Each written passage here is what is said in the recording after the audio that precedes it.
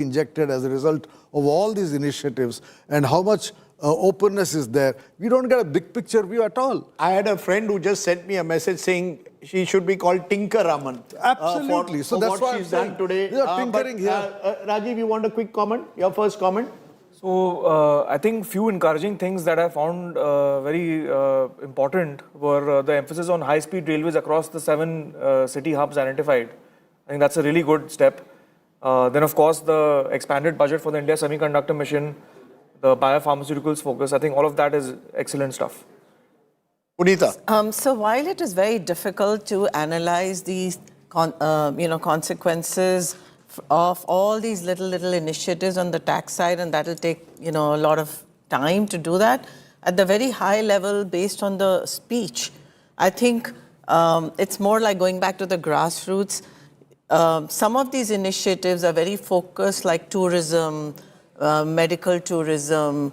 You're setting up rare earth corridors. You're looking at specific areas as well. Yes, and then Buddhism, promoting Buddhism and cultural centers, education in, underserved tier 2, tier 3 cities.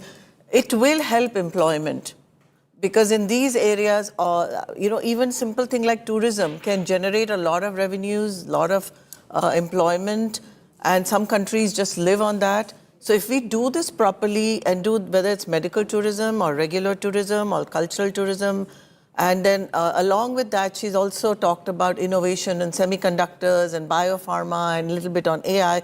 So I think all of those She tried to touch all the buttons. And sometimes when you touch, there is one view that you should have been more selective, touch 5 or 6 core areas. But she's tried to touch the whole gamut of areas. But did you notice she didn't touch the defense button, which we were talking about? No, she didn't even talk about it at all. No, absolutely. She sort of stayed away from that. But the sense is the markets have reacted very negatively because of the security transaction tax, which is a minor up, but presumably the markets didn't want any of these taxes to be touched at all. No, Markets this is an wanted expectation story. Basically, they expected that somehow the FIIs will be wooed back, or somehow the LTCG might be changed. Yeah, markets wanted, of course, they didn't want capital gains and STT, and instead we've got an increase in STT, so that was a shock.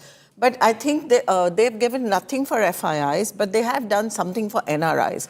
So NRIs have been given a lot of tax incentives. Now, whether NRIs will start coming to India more and doing it, I hope they will. But then, they are stuck with this 120-day limit. They can't even spend more than 120 days. I don't recall when last, during the budget itself, the market has slid by 1,000 points. That's a long time since that's happened. It's also much higher now. But during the budget itself, 1.5% slide. No, we are going back 20 odd years. We are going back 20. No, during the budget, market sliding by 1,000 points, more than 1,000 points, is about 20 years ago. When, if you recall, that was the first budget of the UPA run with the left, and then A.B. Bardhan famously 20 years ago, the index level was also much lower, right? Sure, but even so, a 1,000-point drop is a substantial drop today while the budget speech is on. Clearly, the markets had expected that the STT would not be touched. And the fact that it's been touched has led to some kind of confidence lapse. Siddharth Zarabi also will join us in a moment. My colleague Maria Shakil is with us. We'll get reactions both from government and opposition in a moment. Rajiv Gowda is national spokesperson of the Congress. He heads their research cell. Mr. Gowda, you've been a critic of this government. Tell us very honestly, objectively, the best thing about the budget and what you didn't like. I want an honest answer. I only give honest answers, Rajdeep. No, politicians don't. There must be something. First, tell me what's the good thing about the budget. Good thing is the 2 enhancements that they're going to implement in different parts of the country. Mental health and is a domain that really needs addressing. So there's a first step in that direction. Now, just let me turn to focusing on my job, which is to point out what all is wrong. The markets are collapsing there because not just one particular feature of the increase in the tax for the transaction. The basic point is that this was a crisis budget, right? We are facing a crisis in terms of foreign confidence and investment. And so what you need to do is to revive multiple dimensions of the Indian economy. Now, for all the talk about these 3 kartavyas, etc., just take What is being done for youth? Is whatever initiative that she announced here today actually going to create jobs? What has been the track record so far? What happened to agriculture? What happened to defense? How come any of these massive, crucial domains have actually been ignored in this very long, but not longest speech? So these are the sorts of questions that come up right away and say, what's, this government. I'm just taking continues to be short reaction. using the budget as an announcement platform, but look at the track record and just see whether any of these have actually translated into any outcome. Okay. Siddharth Zarabi joins us. Siddharth, your first reactions, particularly as I told Shankar, I don't recall last when during the budget speech the market takes such a sharp dip. Is it just the STT which has spooked the market? Well, there have been instances of significant dips, including when the more than 1,000 points, maybe retrospective tax last. Bases were last, but I recall Pranab Mukherjee's retrospective amendment budget. But the broad point that you were making, Rajdeep, about why, it's a very simple why. The securities transaction tax has been hiked. You can talk about the quantum, but its impact is coming at a time when people were looking for some relief from a stock market perspective, essentially on account of the fact that the markets have been negative for quite some time, have taken a beating on account of various external factors. So the comparison in the mind of market makers and market players is that instead of addressing that trend, they are taking this as an absolute negative that you have gone ahead and hiked on futures and options. But why is this? It's very clear on a directional basis, Rajdeep, not now, but for several years, that the government, fiscal authority believes that as far as this aspect of our economy is concerned, there should not be unnecessary speculation. And that is why this strings together. Now, individual packs, for example, if you were to look at the defense pack of stocks, these are taking a hit on account of, again, this build-up of anticipation that there would be an Operation Sindoor impact. And that is why you are seeing the kind of negative, the Sensex down 1.2%, the Nifty down 1.37% as we speak. Okay, let's bring in Rajan Navani now. Mr. Navani, how are you looking at the numbers right now? I mean, of course, the stock market has given a huge thumbs down, but the larger question is that how will you describe this budget? Will you be saying, of course, we did not hear any big bang announcements like we saw in 2025. Is this the budget of consolidation then?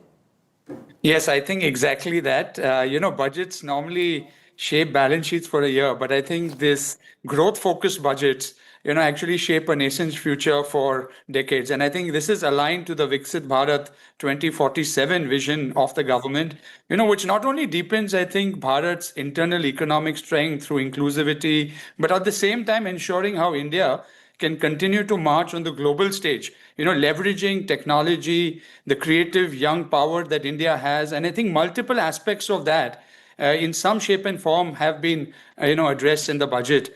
We represent India's pioneering platform in the orange economy. And, this was the first time that has been discussed, which is actually the creative industries in India generating livelihoods, which will not only, come in the time of AI and new technologies, but, shape different aspects as we go ahead. Also, as a board member of the IICT, seeing an additional commitment to creating, 15,000 content centers in schools and in colleges is a big push to get the next generation of livelihood creation, in place, right? A big job of the government is to create jobs. I think we are seeing a big shift due to technology in how jobs will play out in the future. And I think this budget addresses largely that new emerging Bharat young component, not only positioning itself for India, but globally. And now moving really from a content creation to an IP. Yes, many see this as perhaps the government of India still not ready for the big AI leap of faith that we have seen, say, in having been taken by United States or China. India is still to catch up.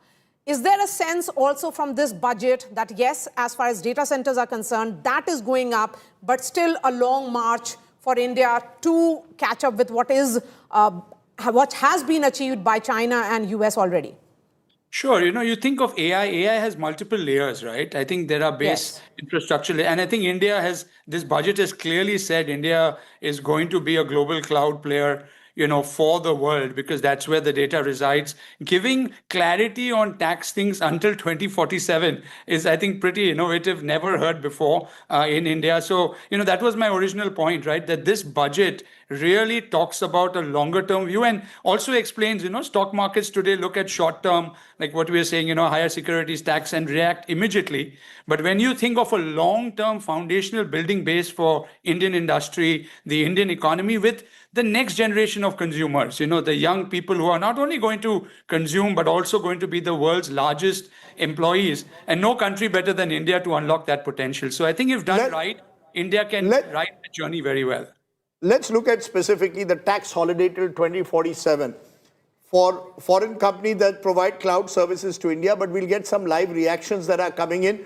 Let's listen into some of them. Rare earth mineral और capex बढ़ा दिया है इस overall इसको किस तरह देखते हैं एक्सपोर्ट को लेके भी काफी फोकस है एक्सपोर्ट पे फोकस है रेयर अर्थ पे फोकस है कैपेक्स भी 1 लाख करोड़ से बढ़ाया है तो वो भी बड़ा अच्छा है क्योंकि पहले भी अगर आप पहले से देखें तो 11 लाख करोड़ भी बहुत नंबर था अगर आप 4 साल पहले से देखें तो ऑलमोस्ट डबल कर दिया तो इस बार और 10-12% से बढ़ाया है thank you sir how do you look at the Siddharth, tax holiday till 2047 to foreign companies that provide cloud services to India, that work with Indian companies, importantly, is a major boost. Do you see that having a... let me also look at semiconductors, for example. Again, the government is promising and committing to a huge push in semiconductors. So specific sectors which potentially over the next 20 years could drive the economy forward are being looked at on a positive side. Rajdeep, let's take the tax basket, and maybe this was already responded to by our guests here, so allow me repetition. If minus the STT hike that has spooked the markets, and you could also say that in terms of buybacks being brought in under the net, those are fine. If you look at it, there are a lot of specific tax reform measures which take away pain points that exist. On the customs side... Give me an example. Plenty of them. For example, you have a reduced TCS rate under the liberalized remittance scheme. This helps those for education fees, those who are paying, or for medical purposes. You will, you have taken specific measures as far as NRIs are concerned. A new foreign asset disclosure scheme. It's allowing people to pay up in one go and get rid of the fear of a legal overhang. Decriminalization of non-production of books of accounts or certain disclosures. These are minutiae. It may not be a headline grabbing, but I just want to take up 3 numbers which to me are the most significant, which talk about how this government has remained on the path over multiple years. One is the fiscal roadmap and the numbers, the shift to debt to GDP. By next year, we will be able to have a comparative figure. The second is the capex hike. This is again very clear that physical infrastructure along with digital and new age sectors like semiconductors that you spoke about, Rajdeep, remain a priority. And I wonder if it's been discussed, but the 16th Finance Commission report has recommended 41% devolution. That 41% devolution was prevailing for the previous 5 years. That has been continued. So that part of the political economy, especially with regard to resource availability for states, being taken care of. I would say the broad macro numbers and staying on the path, no shocks, no surprises, and obviously the fiscal deficit couldn't have become 3%. Yeah, go ahead. Keeping up the capital expenditure. Keeping up the capital expenditure, over 12 trillion rupees. And cleaning up the house with regard to certain tax and definitely for customs. These are the 3 broad pillars. Now, allocations for schemes. I must say that those are headline numbers. It takes time for the economy to absorb them. Several of them spill over into multi-year implementation. So for the moment, we can look beyond those numbers as well. Given the capex numbers that you all just spoke about, let's go to Vinayak Chatterjee, Chairman, CII, National Committee on PPP in Infrastructure, founder and managing trustee, the InfraVision Foundation. Your first reactions, Mr. Chatterjee, also joined by Vivek Bhatia, MD and CEO, TKIL Industries. But first you, Mr. Chatterjee. Thank you. I will restrict my comments to my pay grade, which is related to the infrastructure sector. In this budget, I have found 2 major dominant themes in infrastructure. One is a very significant focus on urban infrastructure, and the next is a bit of a transformational agenda, which is 7 new high-speed rail corridors. These are the 2 major dominant themes, and there are 4 sub-themes which find an impactful presence in the budget. One is with regard to the entire focus on social infrastructure, medical tourism, university townships, archaeological sites, sports training institutes, and tourism circuits. The second is coastal and inland waterways. The third is financial restructuring, REITs for unlocking land, monetizing land of CPSEs, infra risk guarantee fund, restructuring of PFC and REC and municipal bonds. And the fourth is the fair amount of tax incentives being given for data centers, nuclear, biogas, and aircraft, MRO, and manufacturing Mr. parts. Chatterjee, so these are my broad takes on this budget. Yep. Yes. One of the highlights is of setting up of infrastructure risk guarantee fund. What will it really entail? Yes. Infrastructure risk guarantee Well, we have to fund? see the fine print, but it says, yes. It is the FM clarified that this was for lenders. So I suspect for financial institutions lending to infrastructure projects, if there are difficulties, then this infrastructure risk guarantee fund will mitigate part of the pain. But we have to wait to see exactly what this means in terms when we see the fine print. NPA insurance. Sorry, Infra NPA insurance. It's basically a form of infra NPA insurance because the distance between the project, the realization of the funds. Now, if you see a large number, and Vinayak might know the details, a large number of projects have yet to be paid by central and state governments, which makes it difficult for the companies executing the projects to repay money to the banks. So this kind of risk guarantee will prevent them to be pushed into NCLT or to insolvency courts. And maybe I hope that they will clarify that this is not some kind of, lend to whoever you want and then sort of encash. The fact is that this budget it's an NPA. So yeah, but this budget was this budget was against the backdrop of these geopolitical headwinds, which even the economic survey has spoken about. And I will come to my guest to find out what specifically does this do to allay those concerns, those fears. How much really could the budget also have done in terms of allaying what is really not in your hand, what is done across the world. But Vivek Bhatia, MD and CEO, TKIL Industries, is there a sense that the government has given a broad vision for where industry goes? We've been discussing this time and again. Private investment is lower than it was pre-2019. What has this budget done to get back that investor confidence? Specific sectors have been targeted, but is there a big picture that emerges? Well, that's a very good question, Rajdeep. If I look at how the finance minister started her speech today, she spoke about 3 kartavyas. And the first one she said is about growth, but growth not driven by the brute force of capital, but rather focusing on productivity and competitiveness. The second one that she emphasized was, talking about aspirations and making sure that different parts of the economy, from a citizen perspective, their aspirations are addressed. And third, I think the inclusiveness that she wanted to bring about in terms of covering various parts of the economy.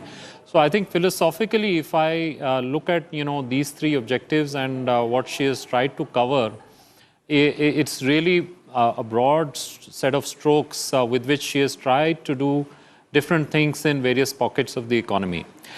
Having said that, I think if we look at this from a numbers point of view, I think to have fiscal deficit going down from 4.4 to 4.3, and at the same time to have an improvement in overall infrastructure spending, I think it's a fine balancing act.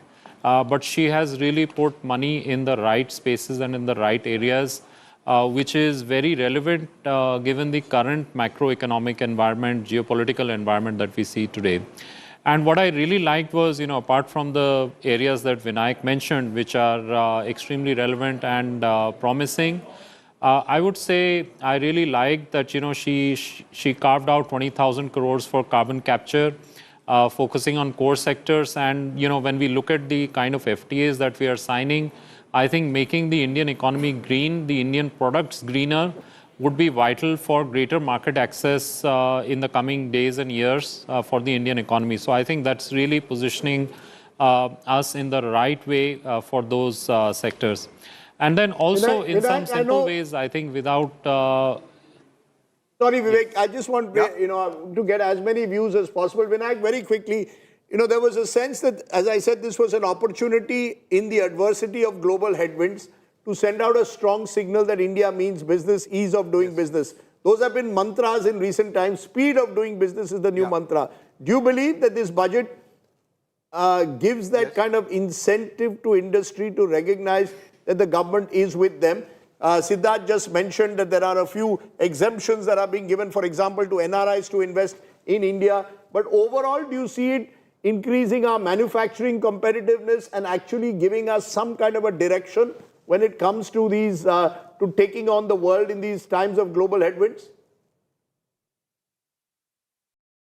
The answer lies, it's easy to give a macro answer, sweeping answer. But I think to answer your question credibly is to see the level of micro detail that the FM has gone into to actually provide a sense of relief to many, many sectors in terms, not just relief, but to provide encouragement to stand up and fight the global headwinds that are blowing. I mean, she has gone from construction equipment to chemicals, to rare earths, to biopharma, semiconductors, electronics, container manufacturing, natural fiber, textiles, handlooms, the special dispensation for SEZ, sports goods. So what I would say is, compared to other budgets, she has, instead of making general statements, she has specifically gone to a plethora of industries to say, we are standing by you.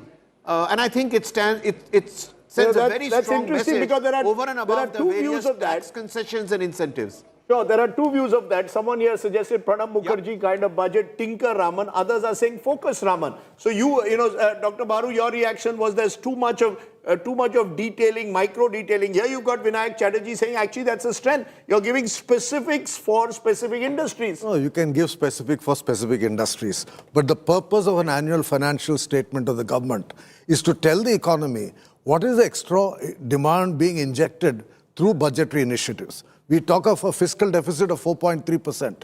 What is the total expenditure this year going to be?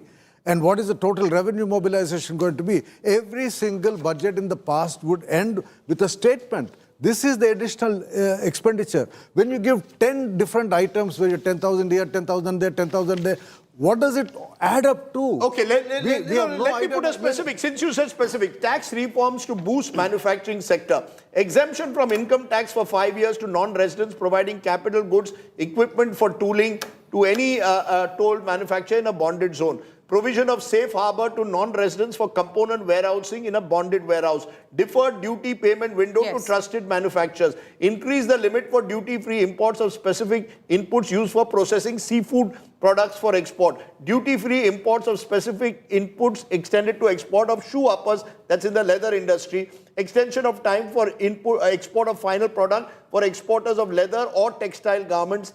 Basic custom duties for manufacture of microwave ovens, basic custom duty exemptions for those in aircraft manufacturing. We've also looked at, you can also look at nuclear power specific areas, a special one-time measure to facilitate sale in domestic tariff area of duty by eligible manufacturing units of SEZs. So she will say... What does it all add up to? It all adds up to trying to use this to ensure ease of doing business for specific sectors. But does it make the economy more open? I don't know. Manufacturing sector has been a matter of concern. These are efforts being made, when one would say. So has the demand dying, and now you're again coming up with some regulation to incentivize industry through kind of SEZ. I mean, she's specifically giving you tax reforms for specific sectors. The big story here is the government of India will spend 1 lakh crore more. Higher capital expenditure. Higher capital thing. The total expenditure is... Total expenditure of the budget is, I think, on capex now. Yeah, and the total expenditure is roughly gone up by that much. Yeah. So you have last year's economic conditions with a higher, marginally, incrementally higher expenditure. What the budget, the lost in detail story is that there are specific areas which sort of, they're creating the roads, like the high-speed rail corridor. But there's no allocation, you don't know where it's going. That's the point. So whether it will be funded by public or PPP or the Japanese, we don't know. But we know from experience, Dr. Baru. So at least I think there's an intent put out that 7 more high-speed rail is coming out. Let's also look at it from a different perspective. If you take the last 11-year period, capital expenditure budget has gone up 6 times. It was 2 lakh crore then, it is now 12.2 lakh crore. And if you look at defense modernization, because Shankar, we have the numbers now, the defense modernization allocation this year is 2.2 lakh crore. So as the details filter in, it seems that the intent that has been followed for several years of a capex push along with other measures continues very clearly with the numbers. The best part of the budget. Demand is not picking up. I mean, we began this discussion by saying that the big challenge is stagnant private corporate investment and stagnant demand. Productivity gains. Okay, so let's listen into some reactions which have come in. These are political reactions coming in from Parliament.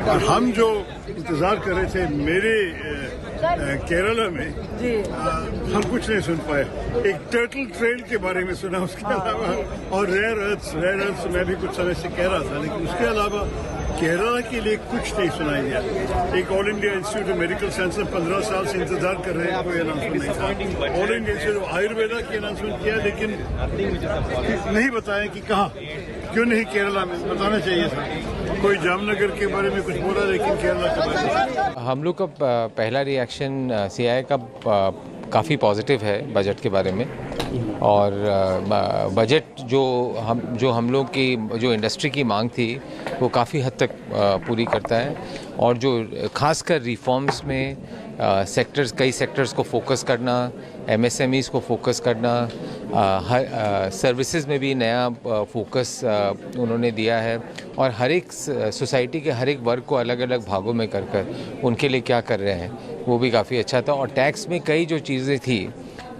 जो पहले से जो कई चीज़ें जो race करी जा रही थी सिंप्लीफिकेशन के लिए वो भी उन्होंने काफ़ी हद तक सॉल्व किया. Okay, as you can see, these are early reactions and often the devil or the benefits in a budget lie in the details. And until those details start coming out, it would be premature to make the kind of statements like I just heard from Shashi Tharoor कि हमको कुछ turtle के लिए दिया गया है. If you look at it, there are also other areas which could benefit Kerala when it comes, for example, cashew and specific. You see, it almost seems as if a finance minister is in a zero-sum game. If she goes into specifics, people say she's tinkering. If she gives the broad sweep, people say that she's generalizing.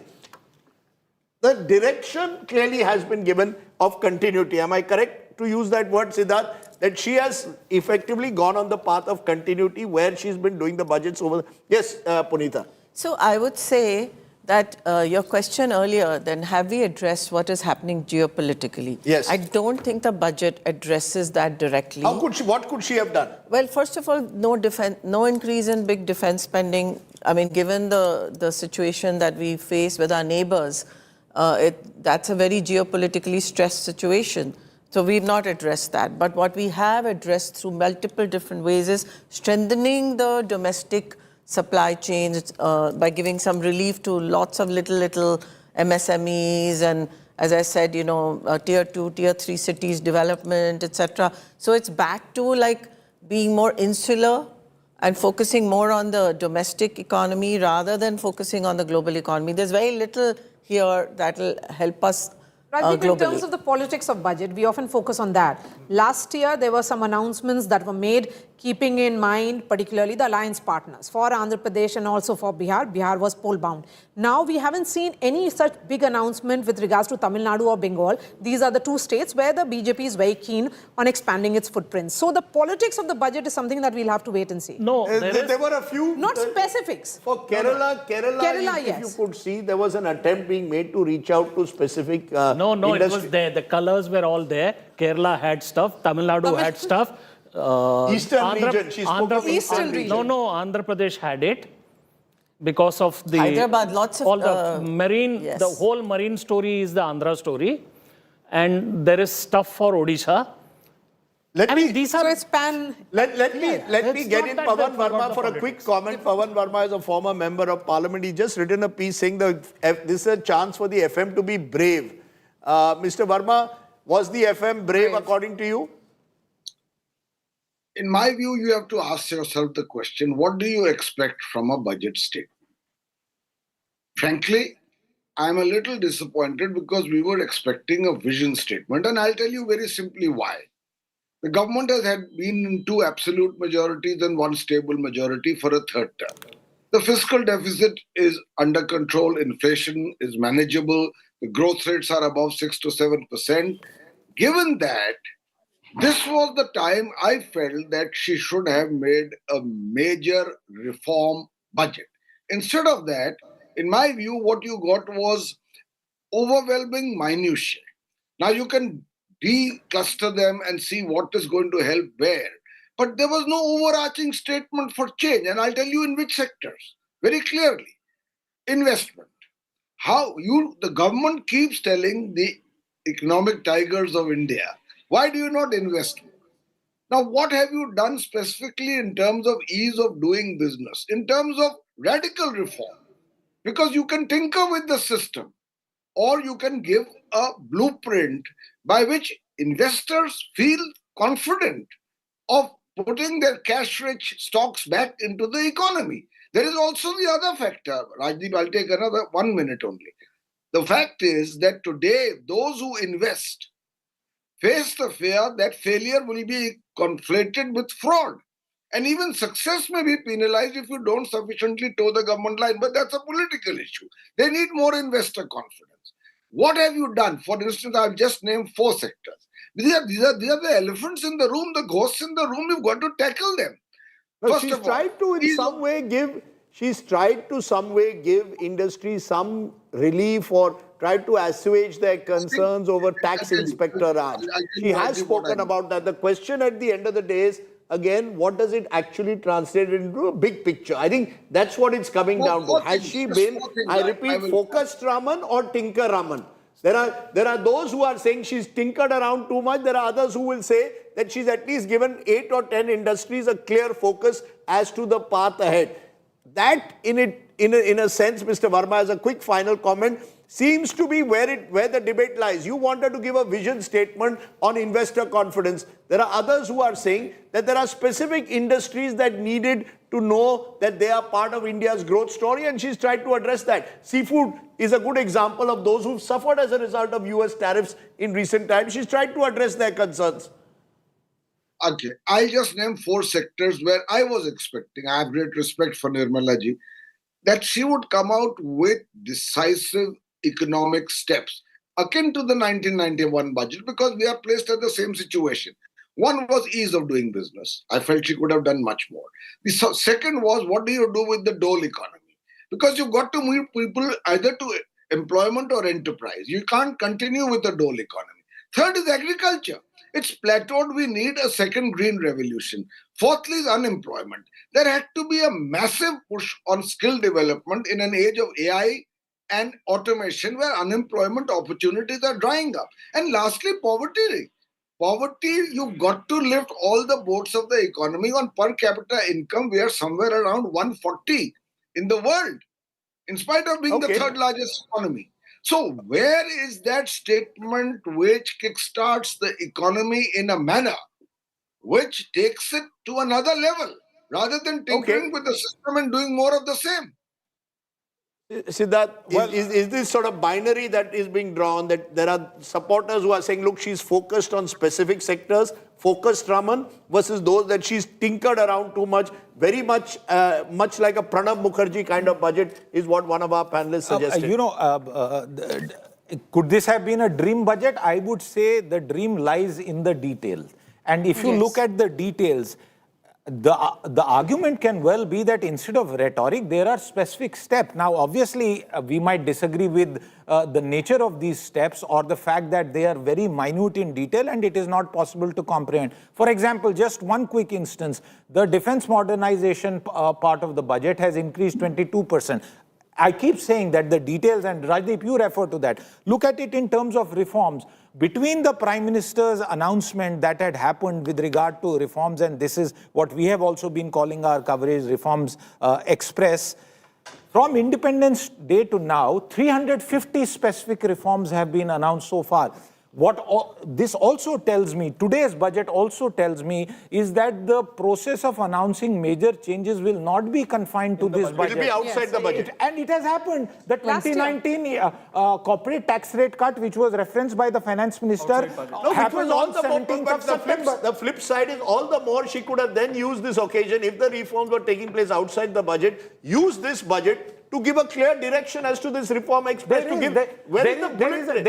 is a seven path kartavya, a path that has been expressed. Yeah. That is the way the government wants to express it. Dr. Baru, this is a strong point that is being made here, that many of the reforms have taken place pre-budget. What more do you expect the budget itself to do now? No, look, I agree that I don't disagree with what Siddharth has said. The point is this: there are three dimensions to the annual financial statement of the finance minister. One is fiscal, second is policy, and third is this what you call tinkering, sectoral, Now, on fiscal, of course, we know what the fiscal deficit is, we know what the debt GDP ratio is going to be. So there is some stabilization there, and we are happy with it. We know that Finance Commission report has been accepted. So that's done. On the tinkering part, yes, in any budget speech, finance ministers have to be seen to be appealing to different constituencies. I have no problem with that. But the third dimension to the speech is to tell me this year, will all these initiatives take the economy from 6.5% rate of growth to 8% rate of growth over the next year? Because if you want to be Viksit Bharat by 2047, you need over the next 20 years an average rate of growth of 8%. Compared to the average rate of growth of 6.5% over the previous 20 years. Okay. Now, how will these initiatives, which are essentially sectoral, we've been told each sector something has been done, but overall, will these budgetary initiatives really push growth forward by 1.5 percentage points over the next year or two? That is a kind of big picture thing a finance minister is expected to say in an annual statement to the parliament. Dr. Baru, quickly. If you are traveling overseas, the TCS has been reduced. Earlier it was 5 and 20%. It is down to 2%. Very good rationalization of a measure that had been taken earlier. So yes, the devil lies in these details. Himanshu Bed, co-chair of FICCI Medical Devices Committee, is joining us. Himanshu, how are you looking at the overall allocation or the message that is coming in for the health sector?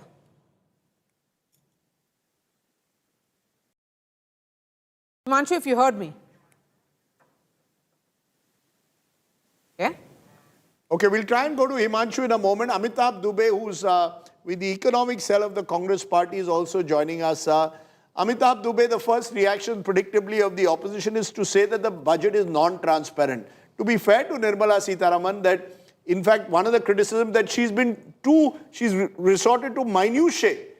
So when you say non-transparent, what is the opposition trying to really say?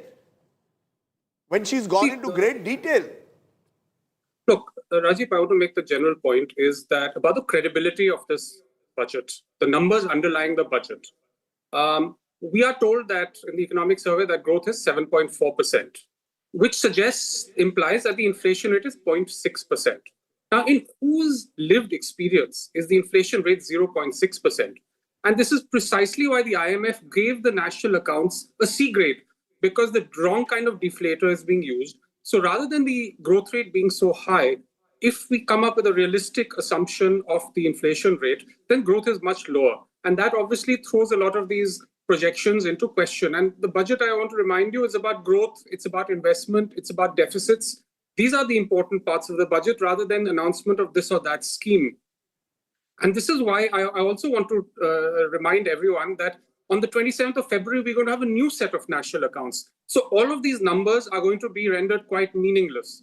So this is one point, is that the entire premise of growth investment of this budget are very questionable. The second point I'd like to make is that we've had a series of announcements. Now, this government is a champion at making announcements, and then no one actually follows up to see what the execution is. So let me remind you that we've had huge announcements on this and that sector over the past 10, 12 years. Make in India, Atmanirbhar Bharat. And the net result is that corporate investment for the last decade has remained at 12%. It hasn't budged an inch. The proportion of the economy in manufacturing is under 13% compared with 16% of the UPA. So you can have all these announcements, but what is missing is execution, and the outcomes are all entirely on the negative side. Well, some of those, the execution is also with the states. I think one of the challenges for the finance ministers to set you're part of a team and you've got various captains in different states. But Punita, you wanted to make a quick point. Yes. No, you were saying that is it a focus budget or a tinker budget? That's the binary I'm offering. And I'm now putting on my fund manager, investment manager hat. We can run concentrated portfolios or diversified portfolios, and both can lead to good outcomes. This is a diversified budget with some focused areas. So it's like, 70% of your portfolio is going to be on certain areas and 30% goes to the rest. But for an investor, does it mean that there are really standing out areas that you would then change your portfolio and invest in certain sectors? A little bit, but not hugely. Okay, since the initial reaction was, where is the word defense mentioned? Now, the details are here, and Siddharth, you can climb in on this. There's a big defense spend boost in budget 2026, says the government. Mammoth hike is what they claim in the defense budget. 7.8 lakh crores for 2026, and defense forces to get 1 lakh crores this year. Defense Ministry has allotted a budget of 7.8 lakh crores for 2026-27. Defense forces to get 2.19 lakh crores for modernization. Now, so Rajdeep, that number, because a large part of the defense budget goes on the revenue account, which is salaries and pensions, and that breakup is available. That is why the focus has to be on modernization. And by my reckoning at this stage, and subject to any correction, this is almost a quarter hike, nearly 22% hike in modernization. So clearly, as the fine print comes out, there is a substantial allocation. Let's look at expenditure of major items as per the budget. Transport is number one, 5.98 lakh crores. Defense number 2 at 5.94 lakh crores. Rural development 2.73. Home affairs 2.55. Agriculture 1.62. Education 1.39. Energy 1.09. Health 1.04 lakh crores. Urban development 85,000 crores. IT and telecom 74,000. Commerce and industry 70,000. Social welfare 62,000. One of the criticisms. Quick point. Dr. Baru knows it. He's sort of dwelt on this for a large part of his life. Most of our expenditure is already baked in. No government, even if they had all seats in parliament, can suddenly switch gear and say, I will completely stop doing things. You could call it a gravy train, but the Sarkar, the state in India, has massive gravy trains. Transport, defense, others, these are all essential for the realm. But the fact is that the flexibility available to a finance minister to suddenly move around stuff by even 5 percentage points is close to impossible. But I hear those who said that a couple of years from now it'll get even more, it'll become even more difficult when the next pay commission's numbers kick in. So therefore, this was an opportunity in a way. I'm asking you, this was an opportunity in a way for greater rationalization to identify the focused areas more clearly. Has the government done that? Well, or have they, as Punita said, tried to diversify too much? There is a lot that a budget of the size of India has to address. There are allocations, and then there are choices that you are making in terms of a policy choice. Should I push A or should I push B? If I have put 40,000 crore in electronic component manufacturing, what will the result be? The result is that we are seeing more and more phones. Now you may say, is it 100% manufactured or 70% assembled in India? Stuff is happening. These are policy choices they have made. We can argue, but at least the voter consistently rewards these policy choices. Let's step away from when we discuss economic policy, I'd much rather that we don't sort of align it to who's winning the election and all. That's a whole separate ball game. No, are you saying, Shankar, that these things don't have an impact on voter choices? As we saw in Bihar, in the end, it was a 10,000 rupee scheme that you had to give to more than 1.5 crore women, which made the difference. I mean, I think there should be a direction, for example, whether in the budget or any. What is our stand on the dole economy? If you want to call it the dole, but go ahead. Let me flip that. If we are growing at 8.2%, Renegades. Why are we feeding 81 crore people? We are not growing at 8.2%. No, 8.2. First half was 8.2 or whatever. No, total 7.4%. Whatever. We are fastest growing. We have the largest rural employment scheme, largest health scheme, largest food security program, largest Narega. So there is... And the largest population. No. Scale is... Both cannot be at the same time. Na? We take it as an advantage, scale. So we are saying that this is why this is happening. And, so why I always put a stop to this vote thing is that none of the past few elections would have resulted in the results that came out if the doles had been removed.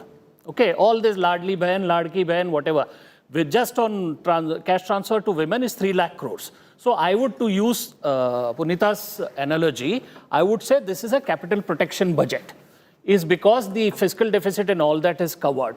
What is they have done? They had 4 lakh crores is the total rise in expenditure, out of which 1 lakh crore has gone to infrastructure, 2 lakh crores has gone to defense, and they have worked it around. What is the story that they are trying to tell is that we have created enablers in the economy. Now that might get lost in the minutiae and all. But we should not give this, Rajdeep, I mean, you said that much of the reforms is the states. They are not half tickets on the system, no? They are full tickets. And 15 of the states, the BJP is ruling. So when we look at these defense numbers in particular, because we are flashing those details on our television screens, the total Ministry of Defense allocation has gone up. This is 9.53% increase over 2024-25 and about 13.45% of the total union budget, which is the highest among all the ministries. But this is not just about modernization. Of course, as you said, it's pensions as well, but domestic procurement push is also there. No, this is good idea because we have done a lot of the import substitution. That's right.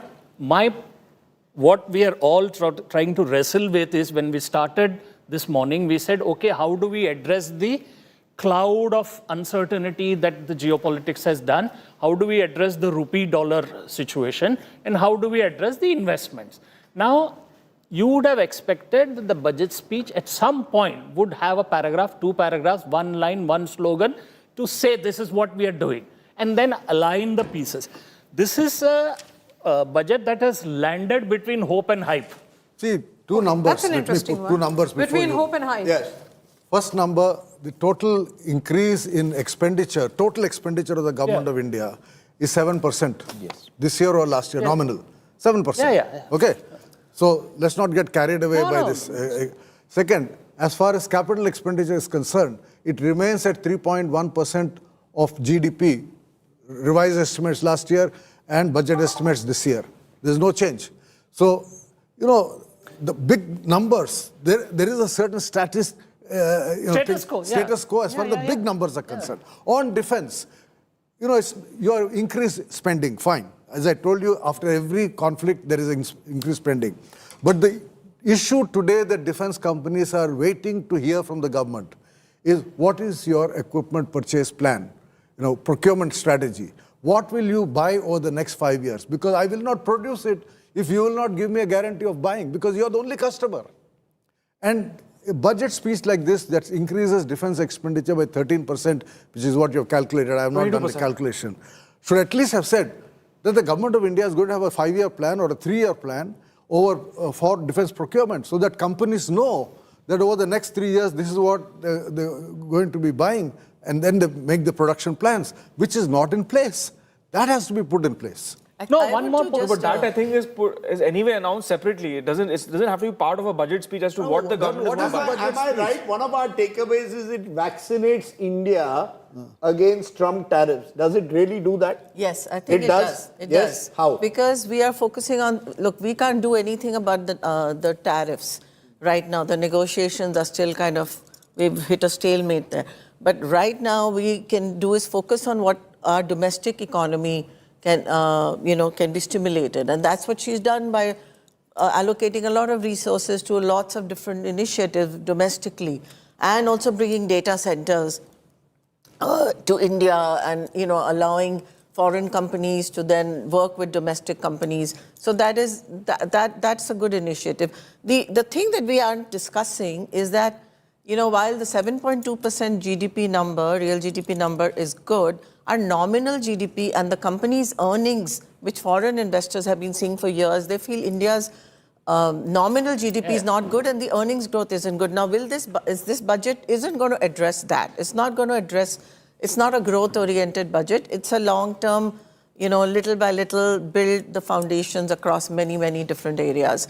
So it won't really bring FIIs back in a big rush. And then we've been one of the worst performing markets this year to date. And now we've got this STT. So it isn't going to really, even though it's marginal, it's not what investors were expecting. No, the dollar returns on this economy is poor.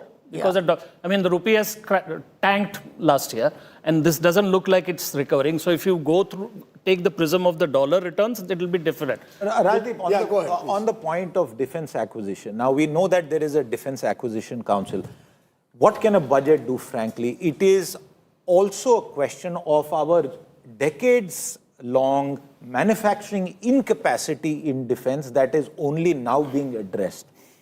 There is an incapacity in faster approvals because of the overhang of past decisions. Also, although that has changed, this government has devolved powers with regard to the level of acquisitions that can be done. The third bit is there is an essential dichotomy between what our armed forces want. They are dealing with very cunning, very, very devious adversaries on both fronts, and they want top-of-line equipment. Our own manufacturing capacity sometimes, and this is the most recent comment about the delays in delivery of our indigenous fighter jets. I frankly don't see that turning around in 1 year. I always recall what the late Manohar Parrikar tried to do by bringing in a platform-based strategy and 6 or 7 large manufacturing champions who would not do individual arms. And we reported on that story. They would do platforms. That never went through, Rajdeep. Okay, Chairman of the 15th Finance Commission, that is Dr. N.K. Singh, is joining us live. Mr. Singh, thank you for speaking to us. Your first big takeaway of this budget. Okay, N.K. Singh will join us shortly. Remember, the 16th Finance Commission report headed by Arvind Panagriya comes out later this month, and that will be looked at very closely, particularly in the context of states. Already done today. Already done today is what are the details out? Yes. In fact, can you tell us more? So see, the 16th Finance Commission report, Rajdeep, continues with 41% allocation, devolution rather, for states as the previous 5 years. So what does that broadly mean? Number one, it does not cut back any state at the gross level. Number two, if you look at the choice that is being made, at 41%, the Finance Commission and the government saying that we have accepted it. In fact, that was the one-line item that the Finance Minister spoke about before she began her speech. Yes, it clearly means that as far as the resource availability to states is concerned, that continues down a path that has been followed for years. So, Rajdeep, very quickly, I think we should look at this budget as a defense at the ramparts. They are not going out to capture new territory, but they are making sure that whatever is existing, not even a square inch is ceded. Okay, N.K. Singh, as Maria just said, joins us. Someone who's tracked several budgets, was part of Manmohan Singh's team as one time and has also been part of Prime Minister Modi's economic think tank. Appreciate you joining us there. Also part of Chidambaram's dream budget. That's right. Yes. So he's crisscrossed. That's why I said from Manmohan Singh to Narendra Modi via Chidambaram is the way we'll put it. But Mr. N.K. Singh, your first reactions to this budget. There are those who believe that Nirmala Sitharaman has gone too much into micro-detailing and tinkering. There are others who are saying it's very focused and provides us some kind of a insulation in a Trump-driven world. So I would say I have 3 comments, Rajdeep, and thank you for allowing me to share these views in this prestigious channel being anchored by you, which I have had the privilege of being part of much earlier for many, many years. I have 3 broad comments to make. First, I would say that the finance minister has been credible, she has been sagacious, and she has been responsible. Why? First and foremost, we all know that given the fact of great global uncertainties, given the fact that, as the economic survey has pointed out, there are currency issues facing every central banker, if she had not adhered to the path of fiscal consolidation, the overall macroeconomic framework would have seen rather serious adverse consequences. Notwithstanding expenditure pressures, I was listening to the debate on defense and in other areas, she has continued with a very high focus on infrastructure investment of now reaching over 11 lakh crores.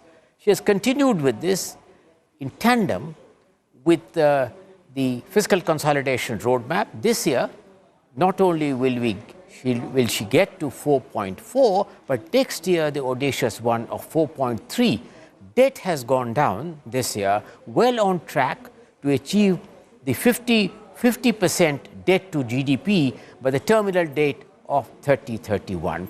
So in that sense, the overall is very, very responsible and very credible. My third important point is that yes, there has been, and I would say very legitimately so, the sectoral kinds of issues which must occupy the center space, because she's riding on the back of what is being called the Reform Express, which India has seen in 2025. That's why we have been able to not only withstand the kinds of global exogenous uncertainties and pressures, including from the United States, but in fact we are in a position, Rajdeep, I don't know if you have noticed, that the economic survey has bumped up India's long-term trajectory of 6.5% in real terms to 7%. Of course, I don't want at this stage to go into the granularity of nominal versus Maria has a question. Go ahead, Maria. Mr. Singh, this is with regards to go ahead.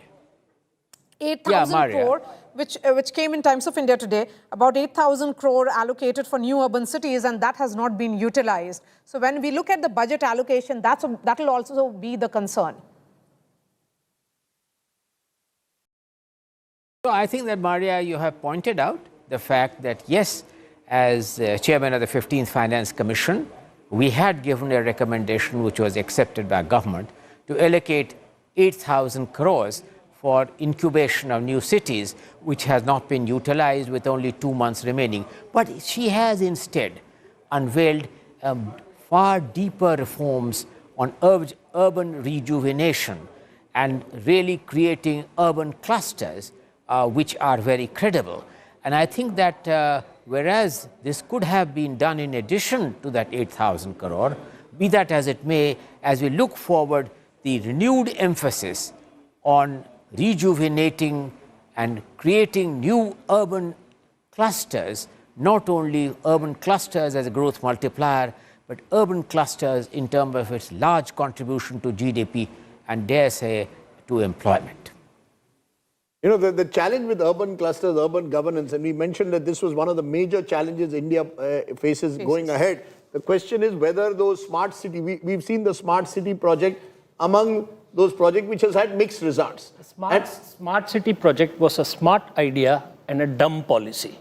For 10 years, they just did incremental stuff. Last year budget, they had 1 lakh crore for urban challenges. We don't know what's the fate of that idea because it's not been devolved. There is also 1 lakh crore for research and development, which finally they are now got it into a portal and the disbursal might happen. The question about urban governance is that you can't do it top down. It has to be done from the state. There has to be devolution. The 74th Amendment has been buried deep into the ground. Federalism should not end in state capitals. Okay, let me bring in Himanshu Baid, co-chair FICCI Medical Services Devices Committee, Managing Director, Poly Medicure, because one of the areas this budget did focus is medical tourism, pharma. The fact is that there has been a genuine attempt, particularly with medical tourism, to give it boosts with various benefits being provided. Your first reactions to that? do you believe specific sectors will benefit more than necessarily the entire economy? These will be specific wagons that will move ahead. Thank you, Rajdeep. I think, first time we have seen some detailing on the healthcare sector, especially for future economic growth. And especially this Biopharma Shakti mission for 10,000 crore allocation, expansion of NIPERS, stronger CDSCO, especially to accelerate innovation, approvals, global competitiveness. I think all these were called out. And relief on cancer drugs, then medical value tourism hubs. First time government has given focus on MVT, which is a very big sign, because I think India has a great capacity to handle foreign patients, and the way our healthcare is today growing rapidly, I think we are pretty much up there in terms of delivery. So I think I'm for assistive devices, all that is pretty much called out, which was pretty much not there in any previous budgets. So I think very specifically called out, positioning healthcare as a social and economic multiplier. Okay. In terms of reform, since you're talking about that particular sector, why do you say that there has been no efforts in the past for this sector? I think it was, when we looked at CDSU, and I'll talk from medical devices perspective, pharma and medical devices were governed by just one single organization. I think a stronger CDSU means there's a deeper approach for approvals, innovation, global competitiveness, which was never there earlier. So I think there's a special focus on these areas. Himanshu, I'm looking at NIMHANS, setting up of a NIMHANS 2 and upgrading National Mental Health Institute, establishing emergency and trauma care centers in district hospitals. That's how it is looking like in terms of larger benefits for this, healthcare sector. That doesn't seem to be there in the pointers that I've just read. See, basically, if you see the last budget, there was a focus on oncology, onco care centers, 200 centers were announced and 700 more to be, over the next 2-3 years. So I think it's a beginning of, where we see special focus in these areas. It will take few years for these things to come out and develop, but I think the focus is, pretty much there for advancement of technologies. Okay, so there is a reaction now coming in from the Trinamool Congress. Abhishek Banerjee is speaking. Let's listen in. दिखाए कि पिछले 4 साल में ग्रामीण सड़क में जहाँ पे 60% पैसा केंद्र सरकार का देना बनता है, वहाँ पे 10 पैसा दिया है. मैं राजनीति छोड़ दूंगा. स्टेट मदरली ट्रीटमेंट और एटीट्यूड. बंगाल में आप हार रहे हो, इसलिए बंगाल के लोगों को सबक सिखाना है. लोकतंत्र में सबक जनता सिखाता है, राजनेता या राजनीतिक कोई पर्सनालिटी नहीं सिखाता है. जनता के बल और जनबल के आगे किसी का नहीं टिकता है. कोई अगर सोचता है मेरे पास ताकत है, मैं जनता को सबक सिखाऊंगा, जनता फिर से सबक सिखाएगा और आने वाले चुनाव में जवाब करारा मिलेगा. आने वाले चुनाव में जवाब करारा मिलेगा और कहीं ना कहीं जिस तरीके से स्टेप मदरली ट्रीटमेंट केंद्र सरकार वेस्ट बंगाल के साथ कर रही है, उसका जवाब आने वाले चुनाव में जरूर मिलेगा. So politics as expected has started. Rajiv Mantri, expected lines, the reactions that are coming in. We expected opposition to talk about how there's nothing those much. Those states which have not really been highlighted will As always much. speak out that they didn't get this and they didn't get that. This always happens, so nothing surprising. But they can always grow coconut.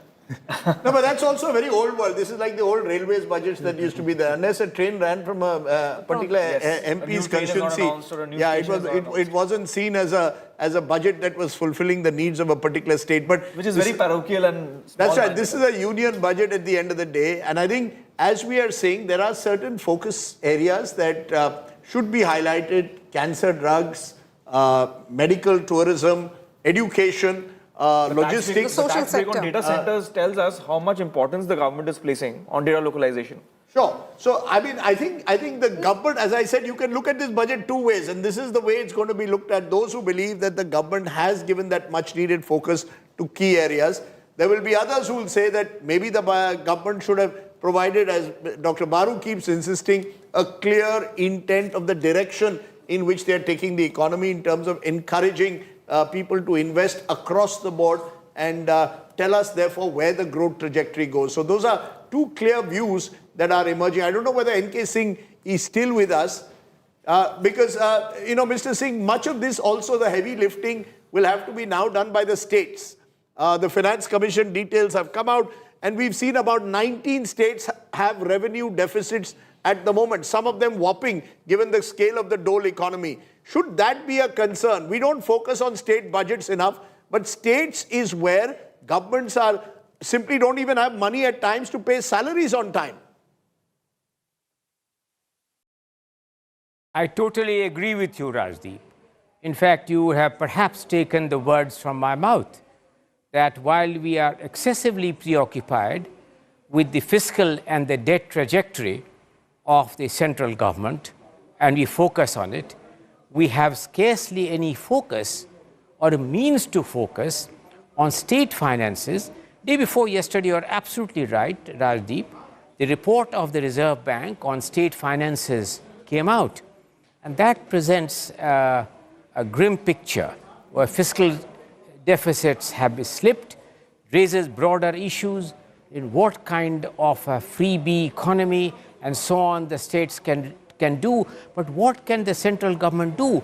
Rajdeep, I want to ask you, this is a question I have posed myself several times, that under the 7th schedule of the Constitution, and since we will not in a position to alter the 7th schedule of the Constitution, as long as the state borrowing is upon the security of the consolidated fund of the state, and since the Indian Constitution doesn't provide any recourse for state-level bankruptcy, while keeping the finances of what the world looks at, you are right, is general government. It doesn't look at, an investor doesn't look at central or state government. In fact, Rajdeep, the ironic circumstance is today... Mr. Singh, just hold on to your thoughts. Trinamool Congress Supremo and West Bengal Chief Minister is speaking. Anti-ST, anti-OBC. Education funds, education subsidy declined, social security subsidy declined, fertilizer subsidy declines.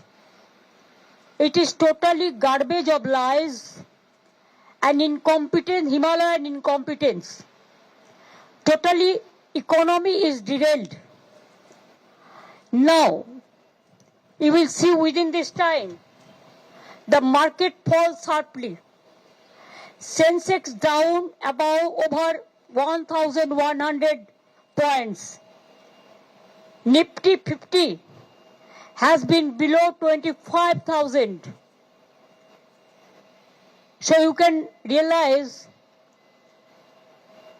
there is a proverb in Bengali, chorer maaye boro gola, English bole chor ki maaye jor se bole, mother of thieves are sound, mother of thieves are sound less.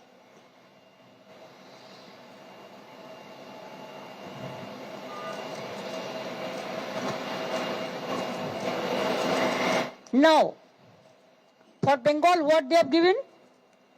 Nothing. Talking big. Kichu dayni. You know, one of the challenges, of course, has been this notion of cooperative federalism. Mr. Modi himself has been a chief minister, and when he came to power, the Planning Commission was removed, Niti Aayog was brought in, and their belief was that this would, in a way, so was the hope, actually bring center and state closer together. As we see, even though the BJP dominates several, of course, of the states, the opposition chief ministers versus the Modi government has become a source of immense friction. And you can't, in the times in which we live, it's one thing dealing with Donald Trump outside, but when you're dealing with sort of internal tussles all the time, it makes life difficult. Opposition-ruled states insist that they are being discriminated against time and again. Rajdeep, let's take that question to Mr. Singh. Yes. Mr. Singh, if you can hear us, sir, at 41%, which is the same as the share to the states, as you had recommended, are you okay with that? Was there scope to raise it further? Is this enough? Let me put it this way to you, Rajdeep. Please go back in time and see the trajectory of this devolution. During the time of up to the time of Dr. Vijay Lakshman Kelkar, who headed the 13th Finance Commission, the devolution to the states was in the region of about 31%. This was itself an incremental increase over what Chakravarti Rangarajan had given in the 13th Finance Commission. Kelkar kept it in the region of about 30-31. Then the 14th Finance Commission under Dr. Vedugopal Reddy, for the first time, gave 42%. It was a very, very sharp escalation of 42%. And the explanation given by Dr. Reddy at that time was he expected that all these centrally sponsored schemes and central sector schemes would be very, very greatly rationalized. When it came to my commission, I made 42 into 41 because by then the state of Jammu and Kashmir had really become a union territory, and therefore it was more sensible to increase the grant component of the Home Ministry, from which the state of J&K would have I'm going to gone. stop you again, sir. We just want to listen to the Minister Ashwini Vaishnav giving a government reaction. Sorry. Manufacturing पे बहुत बड़ा focus दिया गया है. Electronics manufacturing हो, semiconductor manufacturing हो, और IT services के लिए बहुत एक सिग्निफिकेंट सिंप्लीफिकेशन किया गया है. सेफ हार्बर और फास्ट ट्रैक एपीए के प्रोविजंस लाके आने वाले समय में डेटा सेंटर्स बहुत बड़ी एक ताकत बनेंगे देश की, जिससे कि दुनिया भर को नई सर्विसेज और भारत के लिए नए एम्प्लॉयमेंट और एंटरप्रेन्योरशिप के नए रास्ते खुलेंगे.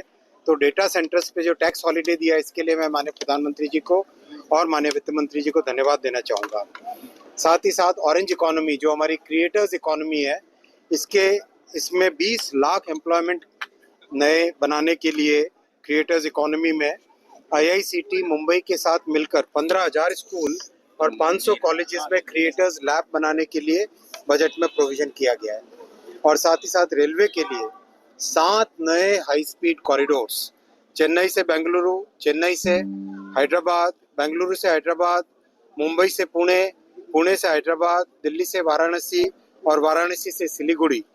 एक तरीके से साउथ इंडिया में सदर्न ट्रायंगल बनेगा चेन्नई, बेंगलुरु, हैदराबाद का हाई स्पीड रेलवे का, बुलेट ट्रेन का.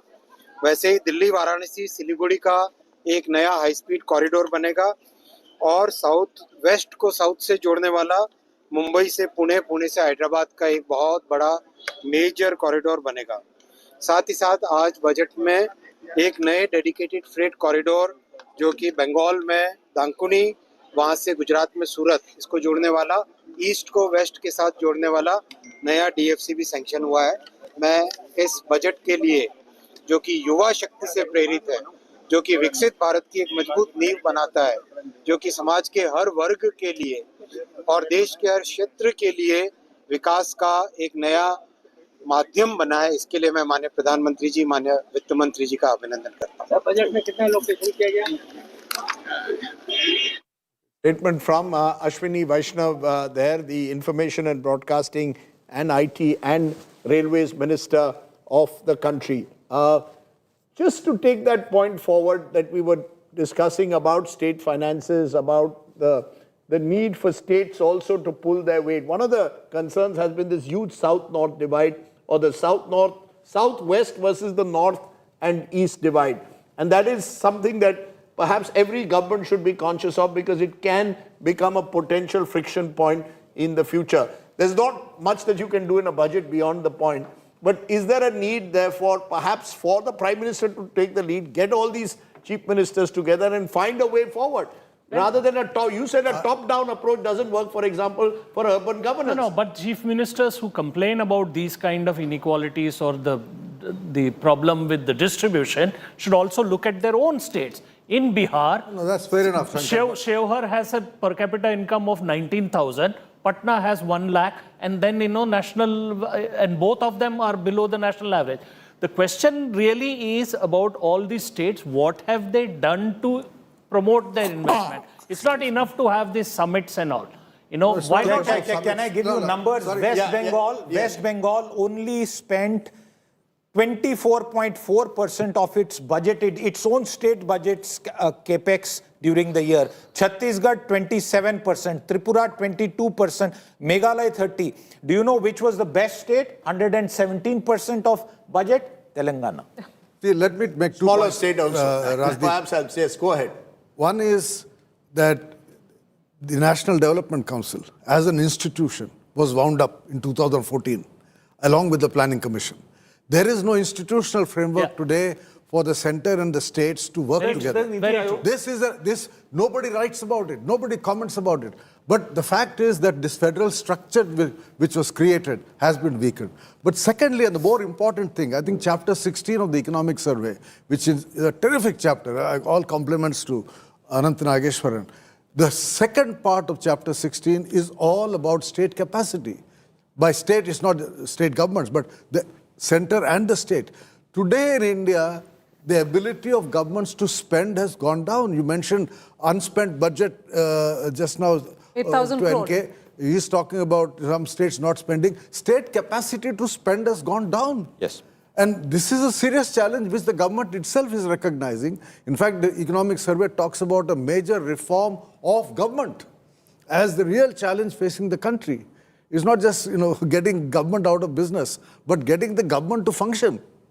Why do you think it's not happening, Dr. Bhatt? I think there's a weakening of the talent pool within government, the weakening of political leadership within governments, and short-termism has taken over. Short-termism also, that what they announced. For instance, Jaitley's 2017 budget spoke about creation of a cadre for panchayats and for municipalities. That's right. They never did anything about it. Okay, let's go to Deepak So the urban Shetty, Chairman, government CII Council on Manufacturing Excellence, CEO and Managing Director, JCB India Limited.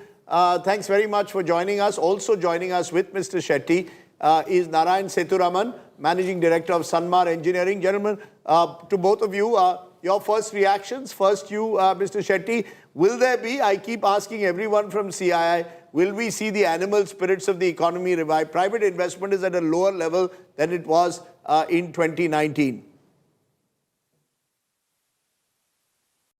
Yeah, absolutely. And I just want to give you two reasons why. First of all, last few years we have seen the continuous focus on infrastructure development and the growth which has taken place thanks to it in the industry. I represent the construction equipment industry, which has improved by around 20% year on year last few years. One of the biggest challenge we were facing was in spite of being the third largest market in the world, we are importing a lot of components, a lot of machines from outside the country.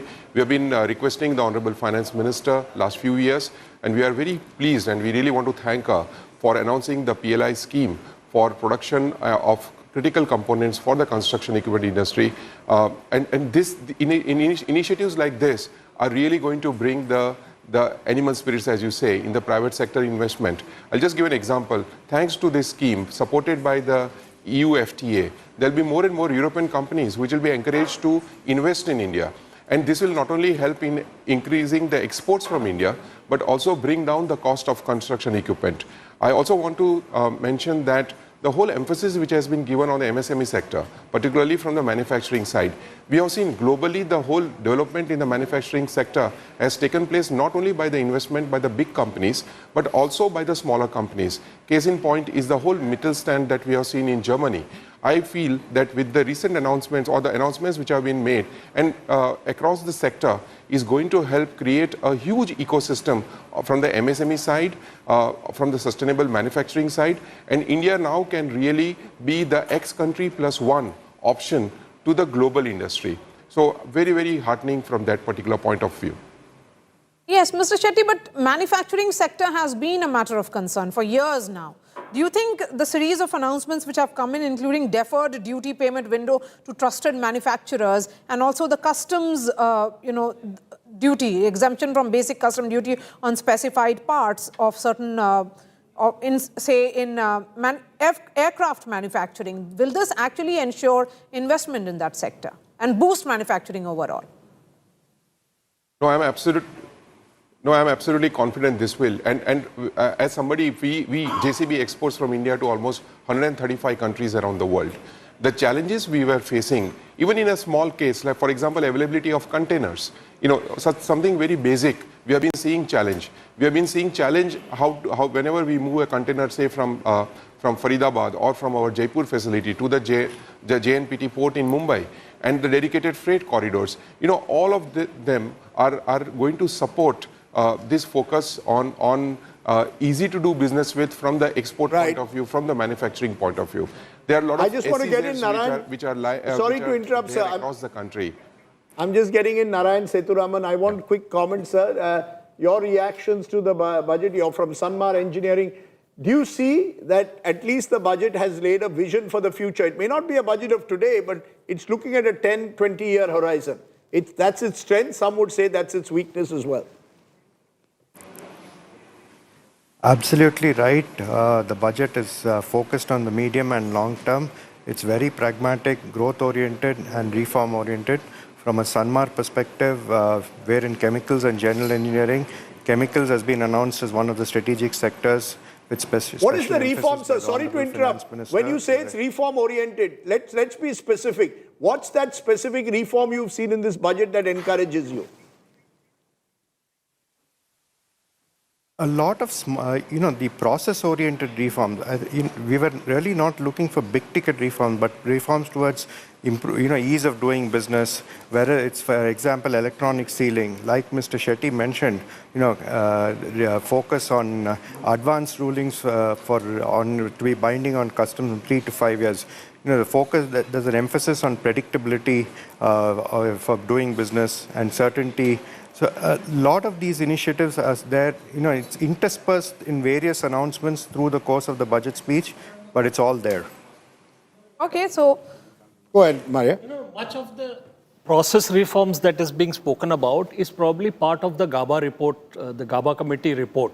What actually we are looking forward to is details from the Somnathan-led Center State Committee report on what can be done. So we constantly come to this, at any discussion ends at what are the states doing. And there is a political aspect to this that BJP rules in 15 of those states, and even there things are not the best in terms of, like just now Siddharth read out who's using money better. I mean, it turns out Telangana, which is Congress ruled state. So there is this aspect that has to be brought in. And say if the central government has an urbanization grand challenge fund of 1 lakh crore, there seems to be no impulse in any of the states to say, where is the money, how can we do it, whatever is doing. None of the cities, I haven't heard any city. And so there is like a distance between, and we spoke about the end of the National Development Council. Those kind of meetings don't happen. The Niti Aayog, ifs and buts, I mean, there is a sporadic effort to sort of come together. But GST Council, when you look at it, that's where centre and states sit together. No, but that's only pure revenue. What we are talking about is, what do you do with agriculture? What do you do? In sector-wise. So, there are so many new farmer-producer corporations that have been created. So many cooperatives have been created. What is the correlation between the policy and the infra that is, the economic infra that is being created? But in this budget, she's announced a lot of measures to do development in the states, in the tier 2 and tier 3 cities. Are you saying that those also won't happen because the government structure isn't there? My worry is that the capacity of the states to execute a grand idea from the center is very limited. And India's government, and Dr. Baru and we have discussed this before, in India, the governments too many people are doing things that are not needed, and too few people are doing things that are needed. This is the general... but if all these measures that she's announced for tier 2 and 3 in cities... fact, Prime Minister Modi will be giving his remarks on the budget in some time. So that soundbite will be coming in as well, because thereafter he heads for... Ravidas Jayanti. Okay, I just we have some breaking news from Siddharth before we take a break. I just want to quickly point out, and maybe Dr. Baru and Shankar both will come in. The 15th Finance Commission, in contrast to the previous one, the 16th one, has increased the weight for population from 15% to 17.5%. It has also parallelly reduced the demographic performance aspect from 12.5 to 10%. So Rajdeep, there is more minutiae, but this is going to, in some ways, lead to a debate, because the more people you have, the higher the devolution percentage will be. Shankar, you want to... So this is the heart of the North-South divide. This is the heart of what Sitharaman and others have been saying. Reactions as the fine print sinks in. Siddharth, you use the wrong word. Not debate. This will lead to adjournments. Okay. You said, repeat that on demography, 12.5%. So, in terms of the key criteria, population criteria has gone up to 17.5% versus 15. Demographics has gone down from 12.5 to 10. Area has gone down from 15 to 10%. So that is the adjustment. Forest ecology stays at 10%. Per capita income, distance and GSDP distance, a technical attribute, 45 down to 42.5. GDP contribution has been added as a new one at 10%. So effectively what this means is... balance out. No, Yes. balance. They're trying to balance it out. They're We'll wait and see to get reactions from chief ministers, but we need to take a break. No, the last one actually is been created to help the southern states. That's right. Yes. That's Because they are bigger. Whether that will be enough to satisfy them, we'll wait and see. We need to take a break. We've been on live continuously since 9 in the morning. And it's been a long day. And there is still much more to nibble on. But significant simplification किया गया है safe harbour और fast track APA के provisions लाके। आने वाले समय में डेटा सेंटर्स बहुत बड़ी एक ताकत बनेंगे देश की, जिससे कि दुनिया भर को नई सर्विसेज और भारत के लिए नए एम्प्लॉयमेंट और एंटरप्रेन्योरशिप के नए रास्ते खुलेंगे। तो डेटा सेंटर्स पे जो टैक्स हॉलिडे दिया, इसके लिए मैं माननीय प्रधानमंत्री जी को और माननीय वित्त मंत्री जी को धन्यवाद देना चाहूँगा। साथ ही साथ ऑरेंज इकोनॉमी जो हमारी क्रिएटर्स इकोनॉमी है, इसमें 20 लाख एम्प्लॉयमेंट नए बनाने के लिए क्रिएटर्स इकोनॉमी में आईआईसीटी मुंबई के साथ मिलकर 15,000 स्कूल और 500 कॉलेजेस में क्रिएटर्स लैब बनाने के लिए बजट में प्रोविजन किया गया है। और साथ ही साथ रेलवे के लिए 7 नए हाई स्पीड कॉरिडोर्स, चेन्नई से बेंगलुरु, चेन्नई से हैदराबाद, बेंगलुरु से हैदराबाद, मुंबई से पुणे, पुणे से हैदराबाद, दिल्ली से वाराणसी और वाराणसी से सिलीगुड़ी। एक तरीके से साउथ इंडिया में सदर्न ट्रायंगल बनेगा चेन्नई, बेंगलुरु, हैदराबाद का हाई स्पीड रेलवे का, बुलेट ट्रेन का। वैसे ही दिल्ली, वाराणसी, सिलीगुड़ी का एक नया हाई स्पीड कॉरिडोर बनेगा और साउथ वेस्ट को साउथ से जोड़ने वाला मुंबई से पुणे, पुणे से हैदराबाद का एक बहुत बड़ा मेजर कॉरिडोर बनेगा। साथ ही साथ आज बजट में एक नए डेडिकेटेड फ्रेट कॉरिडोर जो कि बंगाल में दांकुनी, वहाँ से गुजरात में सूरत, इसको जोड़ने वाला, ईस्ट को वेस्ट के साथ जोड़ने वाला नया डीएफसी भी सैंक्शन हुआ है। मैं इस बजट के लिए जो कि युवा शक्ति से प्रेरित है, जो कि विकसित भारत की एक मजबूत नींव बनाता है, जो कि समाज के हर वर्ग के लिए और देश के हर क्षेत्र के लिए विकास का एक नया माध्यम बना है, इसके लिए मैं माननीय प्रधानमंत्री जी, माननीय वित्त मंत्री जी का अभिनंदन करता हूँ। बजट में कितना लोकेशन किया गया? Statement from Ashwini Vaishnav there, the Information and Broadcasting and IT and Railways Minister of the country.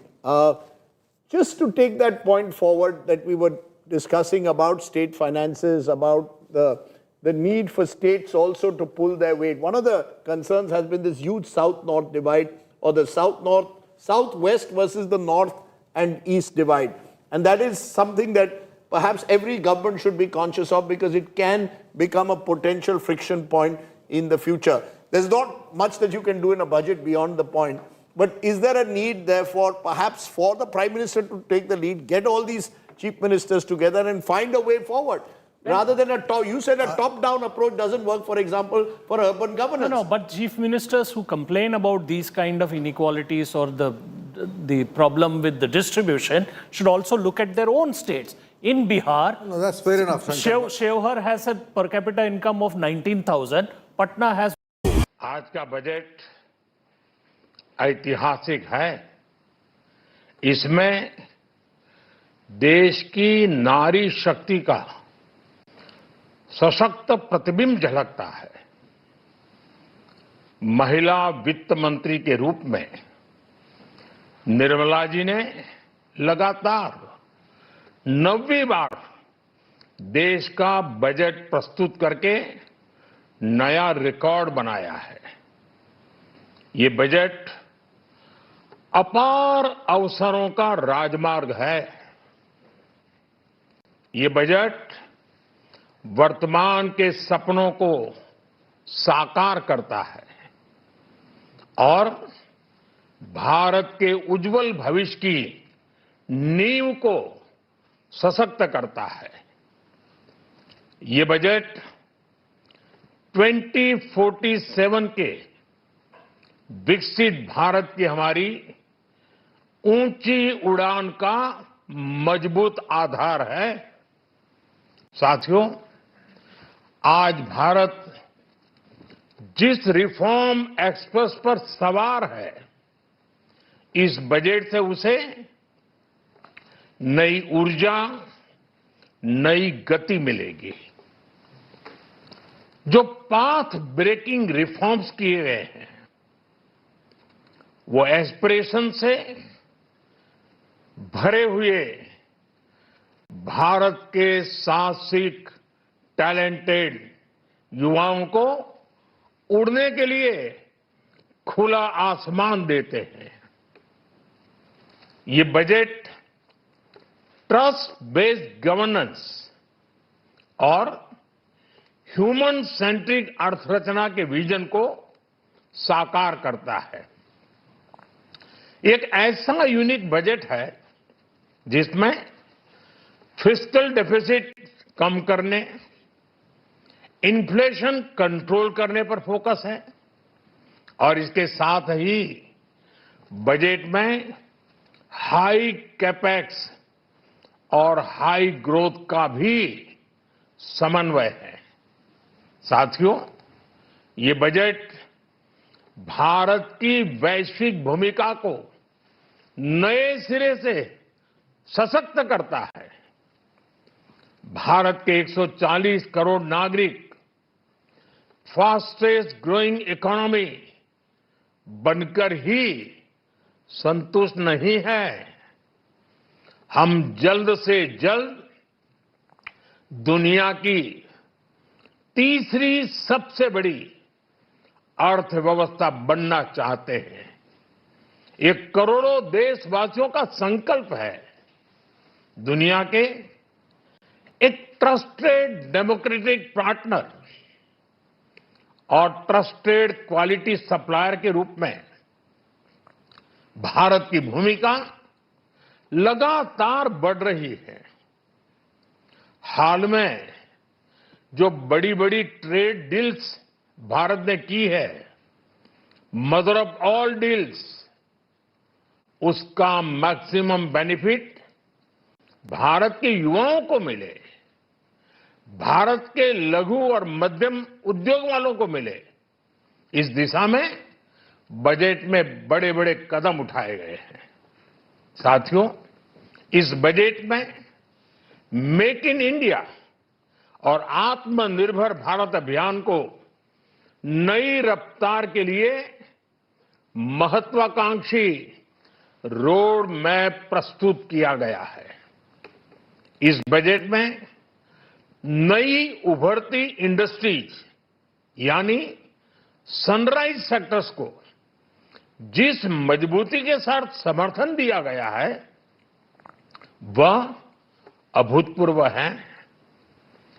Biopharma Shakti mission, semiconductor mission 2.0, electronic component manufacturing scheme, rare earth corridor का निर्माण, क्रिटिकल मिनरल्स पर बल, textile sector में नई scheme, hi tech tool manufacturing को बढ़ावा, champion MSMEs तैयार करना, ये फ्यूचरिस्टिक है, देश की वर्तमान और भविष्य की आवश्यकताओं का ध्यान रखती है। एमएसएमईज को, हमारे लघु और कुटीर उद्योगों को जो समर्थन इस बजट में मिला है, वह उन्हें लोकल से ग्लोबल बनने की नई ताकत देगा।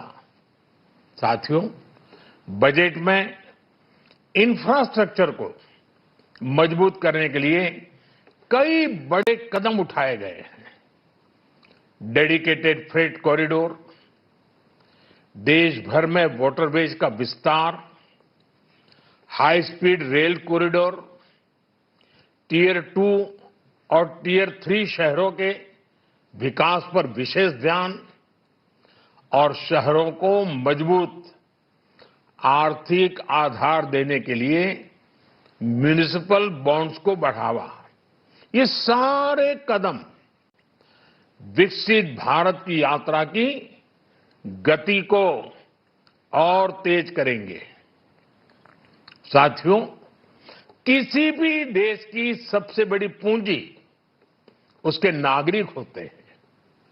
बीते वर्षों में हमारी सरकार ने देश के नागरिकों के सामर्थ्य को बढ़ाने पर अभूतपूर्व निवेश किया है। हमारा प्रयास स्किल, स्केल और सस्टेनेबिलिटी को निरंतर बल देने का रहा है। जैसा कि आज पार्लियामेंट में निर्मला जी ने कहा है, यह युवा शक्ति बजट है। उसमें युवा की सोच भी है, युवा के सपने भी हैं, युवा का संकल्प भी है और साथ साथ युवा की गति भी है।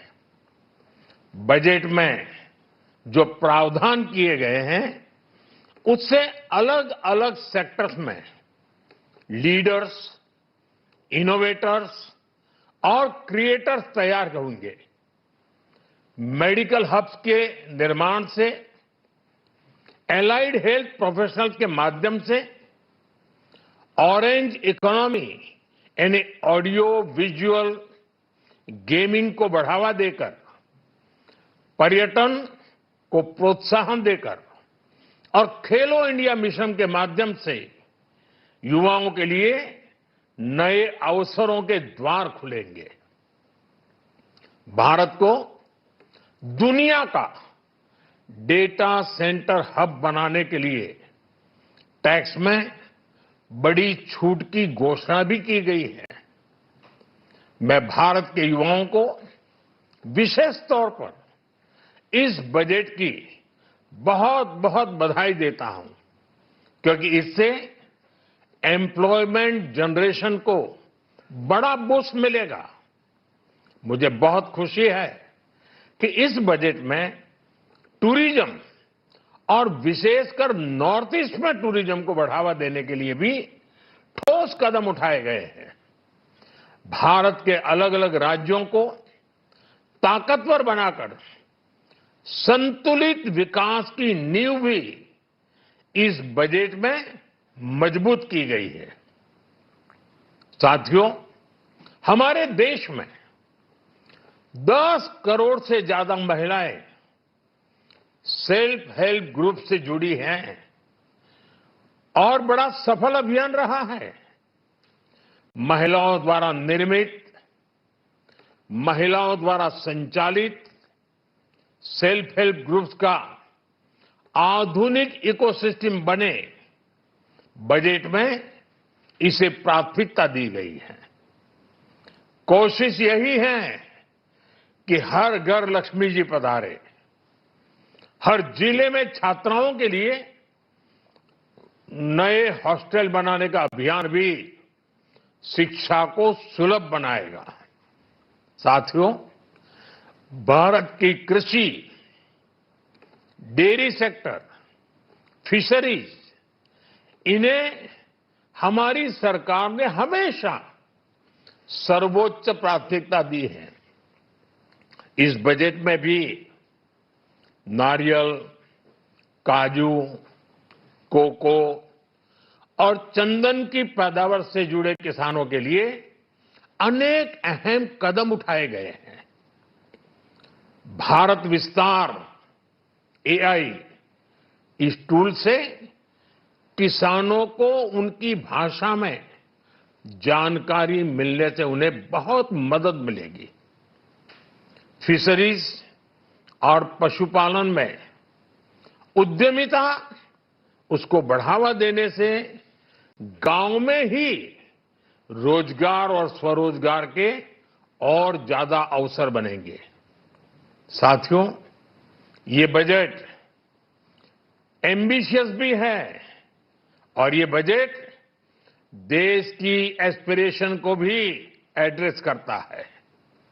मैं एक बार फिर निर्मला जी और उनकी पूरी टीम को इस फ्यूचरिस्टिक बजट के लिए, संवेदनशील बजट के लिए, गांव, गरीब, किसान का कल्याण करने वाले बजट के लिए बहुत बहुत बधाई देता हूं।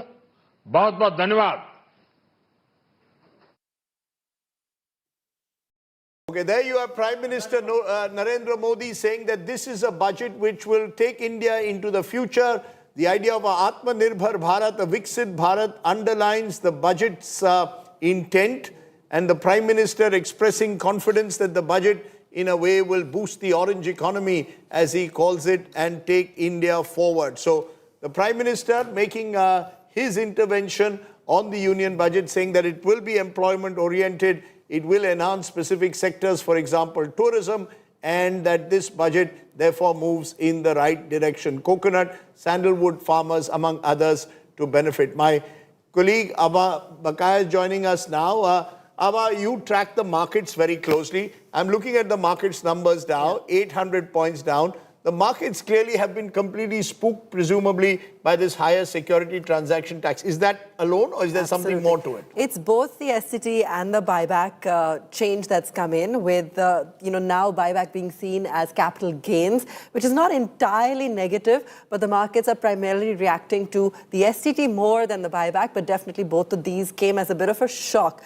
We've recovered, Rajdeep, almost 1,000 points as the markets digest this news, but still, as you can see on your screens, trending weak, so they're not too happy. And remember, today is a Sunday, so we'll actually see the true impact of the budget play out tomorrow when it comes to money markets, when it comes to an FI reaction. I think all of that will really get processed and seen in trade tomorrow as well. Was it just the STT, or was there something more? Was there something they were expecting that didn't happen, or is it the fact that you have a higher security transaction tax alone that has led to such a big fall in the markets? So I think it's primarily the STT, even though there will always be, further measures that they would have liked to see, further ways to enhance FI participation, even though a lot has been already done, or signaled in this particular budget. But I think primarily the STT this time around. On the I'm curious about the buyback thing, the conversion of buyback into a taxable proposition. Punita, is there any history, Abha, you also, is there a history? Why would you sort of enter? This is really SEBI's domain. And, you introduce a tax provision saying that if you buy back, that will be treated as a capital gains. Now, I am wondering whether there has been any misuse of the provision of buyback by any company. Punita, I'll let you come in, but I think there's also a lot of concern for some of the companies where you have non-promoter holdings.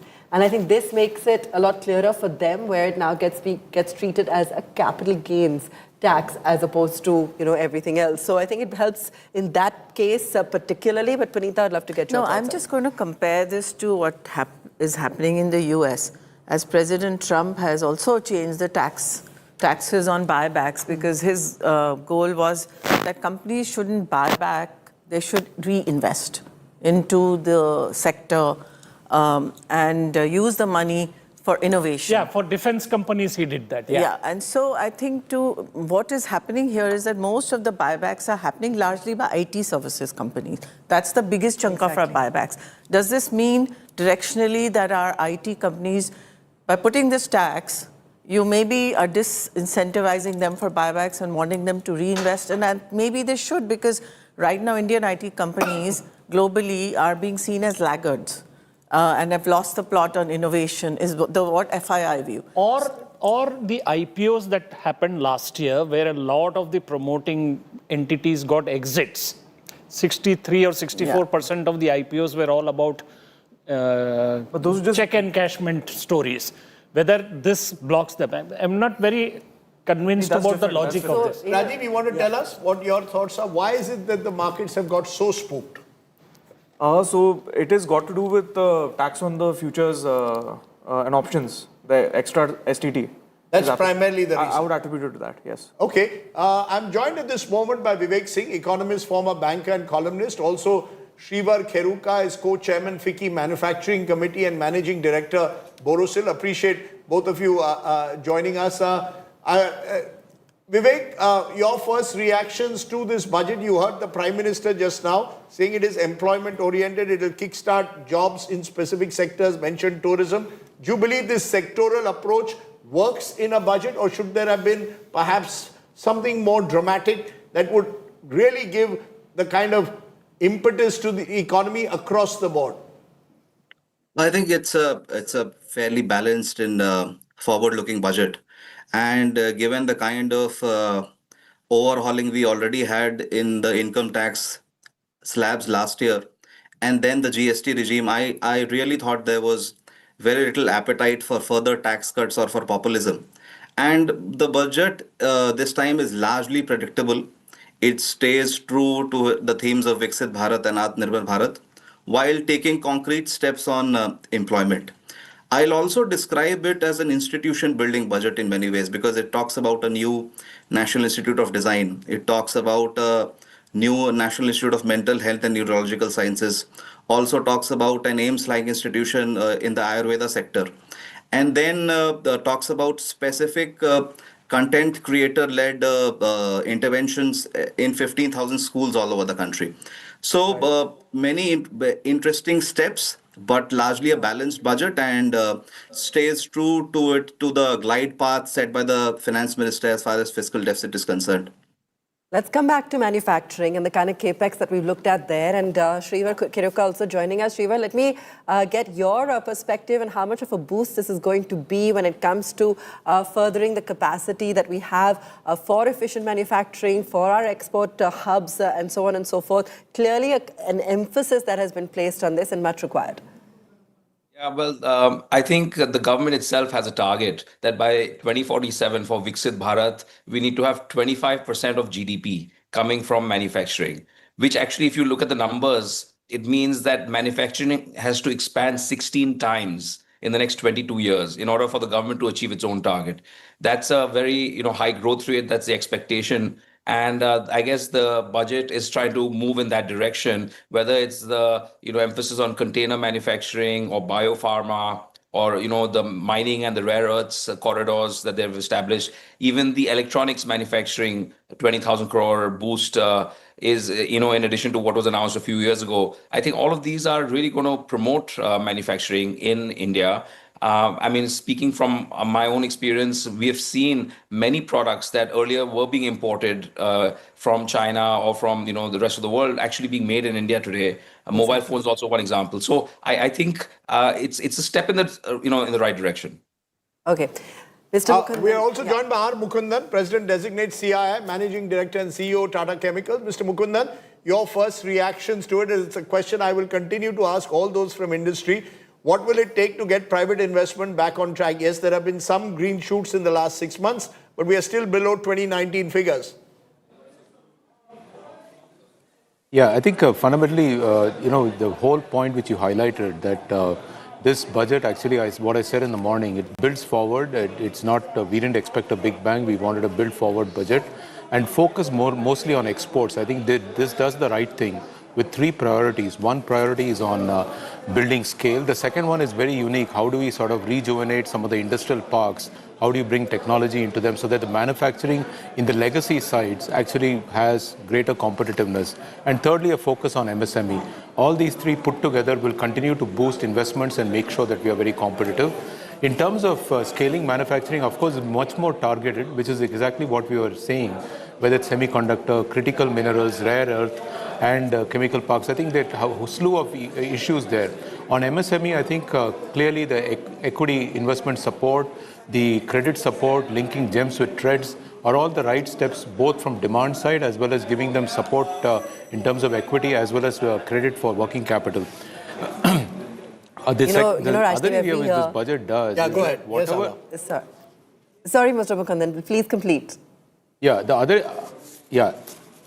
area which this budget does do is that wherever the targeted indirect tax benefit has been given, it's been given for green investments. You talk about sodium antimonate for solar glass. You talk about the aggregates needed for lithium cell, nuclear power plant. Then it talks about biogas, CNG. So and also, for example, for the hard to abate sectors, whether it be power plant, whether it be steel, chemical sectors, the whole issue of carbon capture. I think this budget actually picks a very big theme, which is theme of green and greening the economy. So every year in the budget, there's always one industry that complains. And I think this time she's really tried to make it holistic, although I'm sure there's still some that have felt neglected. And the tourism industry is one that's been waiting consistently for a few years in a row. They've always felt neglected. It may not have been possibly covering all aspects of what the hospitality and tourism industry have asked from the finance minister till now, but yet a major fillip, and that's one segment that's definitely going to be buzzing. We've also got the communications minister, Jyotiraditya Scindia, sharing his reaction to the budget. Let's listen into that. इस वक्त हमारे साथ बातचीत करने के लिए हैं केंद्रीय मंत्री ज्योतिरादित्य सिंधिया। सर, आप बजट पेश जब हो रहा था उस वक्त आप अंदर मौजूद थे, क्या सबसे बेस्ट चीज आपको इस बजट की लगी? निर्मला सीतारमण जी का 9th स्ट्रेट बजट था ये। देखिए, स्पष्ट रूप से यह बजट भारत की पिछले 12 साल की सफर को मजबूती से संगठित करता है और विकसित भारत 2047 का भविष्य का निर्माण स्थापित करता है।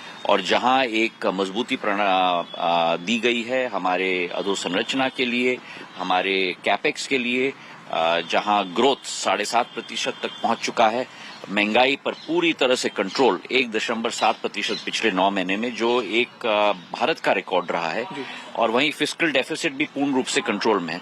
वहीं इंफ्रास्ट्रक्चर कैपेक्स में जो 2 लाख करोड़ होता था 2014-15 में, आज बढ़कर 11 लाख करोड़ हो गया है और अगले साल 12 लाख करोड़ तक हम लोग ले जाएंगे। इसी के साथ जो 3 कर्तव्य हैं, एक इकोनॉमिक ग्रोथ को मेंटेन करना, दूसरा सभी की आशाएं और अभिलाषाओं को पूर्ण रूप से संकलित करना, और तीसरा सबका साथ और सबका विकास, स्वास्थ्य के क्षेत्र में, शिक्षा के क्षेत्र में, और उसी के साथ जो मैंने आपको कहा भविष्य का निर्माण। भविष्य का निर्माण मतलब ऑरेंज इकोनॉमी, हमारे सेमीकंडक्टर्स, हमारा ऑडियो विजुअल, गेमिंग सेक्टर, हमारा आर्टिफिशियल इंटेलिजेंस सेक्टर, हमारा पर्यटन का सेक्टर जिससे रोजगार भी उत्पन्न हो पाते हैं, और हमारा शहरीकरण, क्योंकि भारत तेजी से शहरीकरण की तरफ भी जा रहा है। तो इन सब चीजों को रेखांकित करके एक बहुत ही मजबूत बजट वित्त मंत्री जी ने पेश किया है, और तहे दिल से मैं उनको धन्यवाद देना चाहता हूं, क्योंकि टेलीकॉम सेक्टर में बजट में बहुत बढ़ोतरी हुई है और डोनर सेक्टर में भी बढ़ोतरी दी गई है। उन्होंने उत्तर पूर्वी क्षेत्र को रेखांकित किया है, जहां शहरीकरण में 4000 ई बसेस दी जा रही हैं, जहां 5 बुद्धिस्ट सर्किट्स दी जा रही हैं, जहां स्वास्थ्य के क्षेत्र में, शिक्षा के क्षेत्र में निवेश किया जा रहा है, इनलैंड लॉजिस्टिक्स का पूर्ण नक्शा बनाया जा रहा है, ताकि इन 8 राज्यों को, जो प्रधानमंत्री जी कहते हैं देश की अष्टलक्ष्मी है, भारत का ग्रोथ इंजन बना। कौन सी बात आपको लगती है जो बजट के अंदर है, जो भारत को विकसित भारत बनने में मदद करेगी? भारत उस रास्ते पर निकल चुका है प्रधानमंत्री जी के नेतृत्व में। अगर आप देखें पिछले 12 वर्षों में जो विश्व की 10वीं सबसे बड़ी अर्थव्यवस्था थी, आज 4थी बड़ी अर्थव्यवस्था बन चुकी है। अगले साल तक 3री सबसे बड़ी अर्थव्यवस्था बन जाएगी, और प्रधानमंत्री जी और वित्त मंत्री जी भारत को भविष्य के लिए भी पोजीशन कर रहे हैं। जो भविष्य के क्षेत्र होंगे उनमें नेतृत्व भारत को करना होगा, चाहे वो एआई हो, चाहे वो सेमीकंडक्टर्स हो, चाहे वो ऑरेंज इकोनॉमी हो, चाहे वो पर्यटन हो।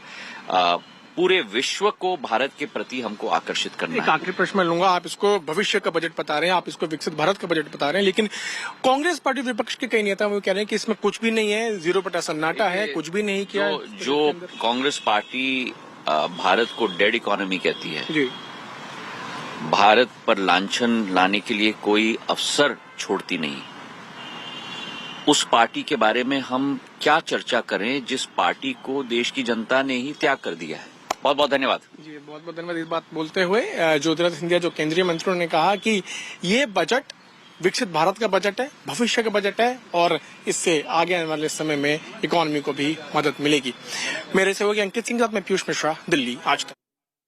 Interesting the jibe that Jyotiraditya Scindia had presumably on Rahul Gandhi, who remember had echoed what an official in the US Trump administration, Peter Navarro, had said about a dead economy, and saying that targeting the Congress party there. It's interesting that you've got now more and more of the guests speaking about individual sectors. Yes. And what has been done for specific sectors, Shankar. So, as we said at the outset, that's the direction. You were the one, Shankar, who made the contentious comment that this is a Pranab Mukherjee style budget. I mean, you said this reminded you of Pranab Mukherjee. Yeah, the minutiae that was read in part B reminded me of a Pranab Mukherjee budget. But I said that this is, I still think that this is a fill in the blanks budget. So it has gone and filled in the gaps in various sectors, in the processes of reforms across the sectors. And then I think the Prime Minister, for instance, did a fantastic job in explaining the budget in his first sentence, where he said, this is a highway for growth budget. And then this is the kind of articulation that was needed in the budget. Okay, but just to give us, kind of reality check, PM internship scheme budget estimate last year was 10,831 crores. Revised estimate is just 526 crores. Allocation this year is 4,788 crores. You see, the details are useful, but there are other details also. You announce schemes, and then when those schemes don't really take off, that's when concern. Let me bring in Shashwat Goenka, Vice Chairman, RP Sanjeev Goenka Group. He's also President of CI. Appreciate. Dr. Vikramjit Sahni is joining us, Rajya Sabha MP and member Parliamentary Standing Committee, Ministry of Commerce. But first, Shashwat, to you, your first reactions to this. Again, that same question. Will this really trigger any kind of enthusiasm among investors? The markets have given it a thumbs down. But will investors, particularly in certain core sectors, feel a little bit more enthusiastic? Old when I see these kids. Hi, Rajdeep. So when I look at today's budget was centered around fiscal prudence. And I think the Honorable Finance Minister did a fantastic job of laying out what are the growth parameters for our economy to continue to grow at the growth numbers that we have been growing at over the last couple of quarters. So whether you look at the conversations around manufacturing, the conversation around social infrastructure or overall public infrastructure, whether you look at whether it was on energy security, I think each of these goes a long way in propelling India forward much faster. And when that happens, investment is going to happen. And when investment is going to happen, investors are going to be happy. I don't know if that answers it, but in a nutshell. All right. No, it definitely indicates how the industry is looking at this. And I think the fact that you're positive on the investments coming in, that's a huge sign because... But let me be cynical. The industry always gives 11 on 10 on budget day and doesn't put its money where its mouth is. You see, Shashwat, that's my problem with all of you. Y'all come on budget day because you've got to make the finance minister feel, look good. Why don't you all put, the government has given so many incentives to industry over the last 5-6 years. You've just not walked the talk. Let's be very honest. But I completely agree. And Shashwat, do you think it will be different this time? And if so, why? I can speak for myself. And when you look at us over the next 5 to 7 years, we have a $10 billion commitment for investment. This is across our sectors of energy, of chemicals, of IT-enabled services, and our other sectors as well. Okay, I'm going to probe Shashwat a little bit more in a minute, but Vinita, you have a point. So, two things I want to mention. First of all, on the budget, there's more for FDI than FIIs. That's one point. Second, when everyone says, why is the private sector not investing? Now, I'm putting on my board hat. Yes. When companies come to boards and saying, we want to put in more capex, our natural question is, what is your return on investment? Are you going to get enough investment, and therefore only then we'll approve your budgets. So the companies will only do capex when they see that their capacity is going to yield better returns and there's going to be enough demand. And that demand stimulus is coming from the government, or needs to come from the government, and from PLI schemes and other incentives. To the extent the government doesn't provide that, the private sector cannot invest much. But do you think enough has been done on the supply side this time? Because they've clearly tried to outline certain measures on the supply side. Well, they've done it in some sectors which are like MSMEs and, as I said, tourism and education. And so there will be capex in those areas potentially, not so much in the traditional manufacturing sector. Electronics, yes. Data centers, yes. Real estate maybe will benefit from data centers. So there'll be sector-specific capex that will happen. Got it. Okay, let's bring in at this moment Vikramjit Sahni. Vikramjit Sahni, you're on the Parliamentary Standing Committee of Commerce, Rajya Sabha MP. Your first reactions. Yeah, Rajdeep, I think FM in the beginning, in the preamble, said from Kartavya Path, 3 Kartavyas: sustain economic growth, resilience, because we have global winds and we are worried that we may not have, God willing, the situation of 2008 again. But the appreciable announcements were biopharma, as you were saying, biological pharma, and strengthening the drug control. Semiconductor mission 40,000 crore is much needed, but down the line, like we have a semiconductor wafer facility lying idle or unutilized in Mohali, we hope we'll get some funds. Rare earth mineral corridor is good. The game changer can be container manufacturing, because we have seen in COVID, the freights had gone 100x. And MSME equity support for 10,000 crore. One major thing in the infra side, which have been fellow person, my colleagues have said, is the REIT, the real estate, the REIT for PSUs. We all know the large infra lands, unutilized lands are with our public sector enterprises. So if it is properly utilized, like we have seen in case of Aero City, and public infrastructure funds, and also the developing instead of the big cities, because smart city scheme have not taken off as well, as you were also saying. So maybe let us try the tier 2, tier 3 cities kind of thing. And appreciable is that FM have been able to maintain the fiscal deficit at 4.4%, going up to 4.3%. Global investment, 10-year tax holiday for foreign companies providing cloud computing. But I'm not sure that with the changes in the modification to the tech companies, GCC companies will come or not. But one thing, nothing was on agriculture, nothing on agriculture tech, on agri-food processing and crop diversification. I think that have been missed out. Thank you. Abba. Okay, let me also bring in Mr. Pranav Satya, who's Chair FICCI Taxation Committee, and I'll go across to him on all the taxes first, but just to clarify on the buyback bit, to explain it a little better. Earlier, buybacks were taxed as dividend income, now they'll be taxed as capital gains. So for a minority investor, only actual gains are taxed, so it's actually better for them. You have a lot of non-promoter holdings, particularly in those IPOs and so forth that you were talking about. So it's a little technical, but that's really the aim over there. Pranav, thanks so much for joining us. Want to get your view on some of the key measures taken on the taxation front. STT, of course, has come as a huge shock to markets. No changes, of course, on the other indirect measures, which, we've, of course, seen a whole slew of announcements last year. What's your overall assessment of the budget? Been brought into shock. You're on mute, Pranav. You're on mute. Yeah. Pranav, you're on mute. Sorry. Yeah, I'm so sorry. Yeah, I think we have to view this budget in the backdrop of all that has happened over the last 1 year, maybe, from the drop in the direct tax rates for individuals, the GST rationalization, and so on. So I think this budget, one would not have expected any big bang things, but I think it spells continuity, stability, to some extent simplicity as well, and an effort to continue the journey of building taxpayer trust and friendliness. So, for example, if we talk of the way in which they have tried to expand the safe harbor network, I think especially for GCCs, there is a thrust in this budget on services as well, other than manufacturing, which continues. And therefore, we find that there's a lot of certainty, clarity. They are trying to merge IT services in all the GCCs, the contract R&D manufacturers, software development into one. Significantly expanded the safe harbor threshold from 300 crores to 2,000 crores, significantly ensured that there will be a time-bound resolution of an advanced pricing agreement. So I think foreign direct investments, particularly in the IT services space and GCC space, I think would certainly be encouraged by these moves. Also, if you look at... Yeah, sorry. Yeah. Okay, sorry.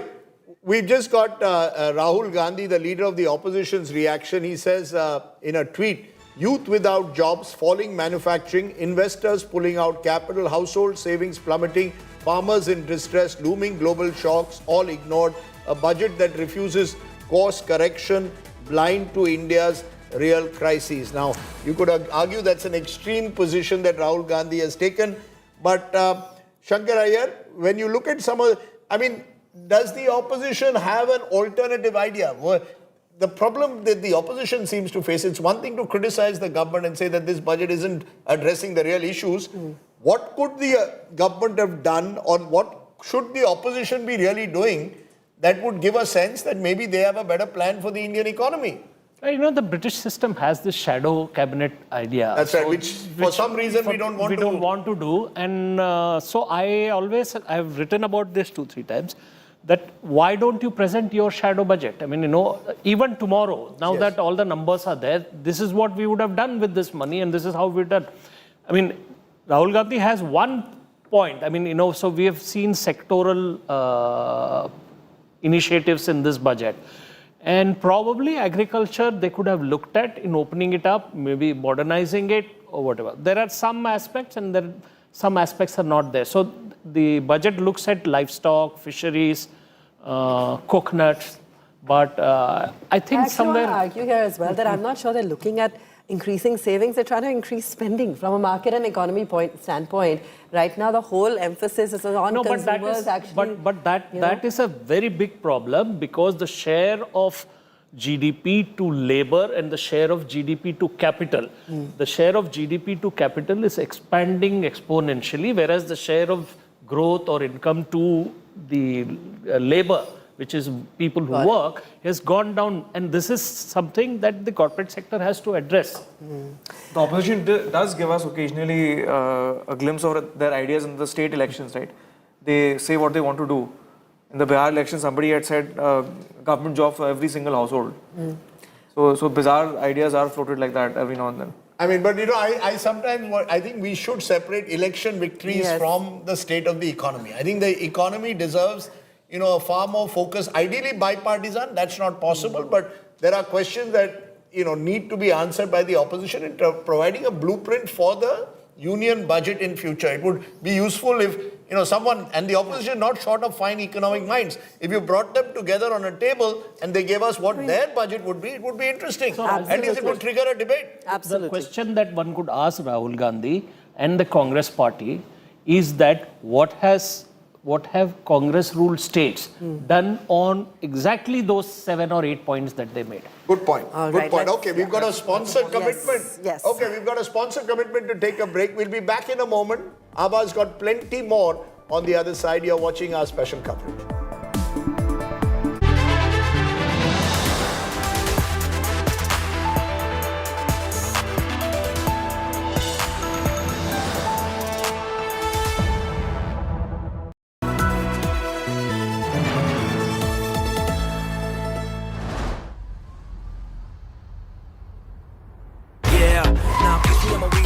Got you dancing, now we go back and forth steady with the prancing. Everything's new except the attitude. The all-new Seltos, badass forever. Kia, movement that inspires.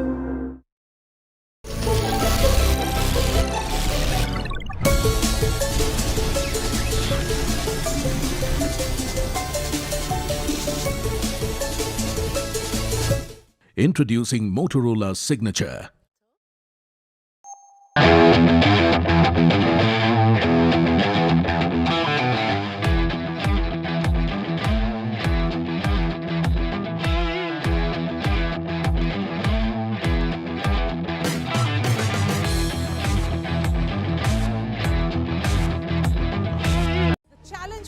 Minister Nirmala Sitharaman would be to maintain stability amidst volatile geoeconomic situation. What will this budget mean for the average taxpayer and the common citizen? And how will the reforms expressed continue to be on track in 2026? Join my colleagues Maria Shakil and Siddharth Zarabi budget coverage of Modinomics 2026. See you there.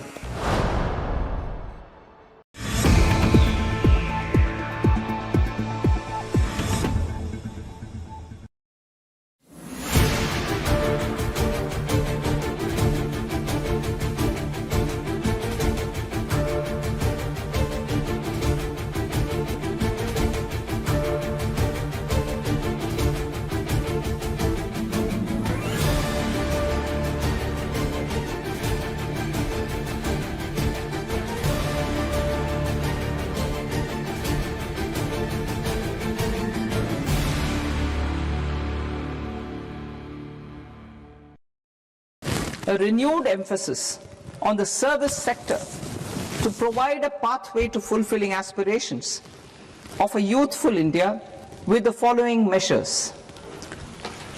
I propose to set up a high-powered education to employment and enterprises standing committee to recommend measures that focus on services sector as a core driver of Viksit Bharat.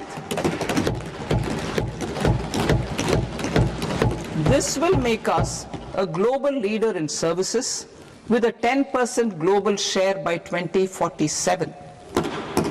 The committee will prioritize areas to optimize the potential for growth, employment, and exports.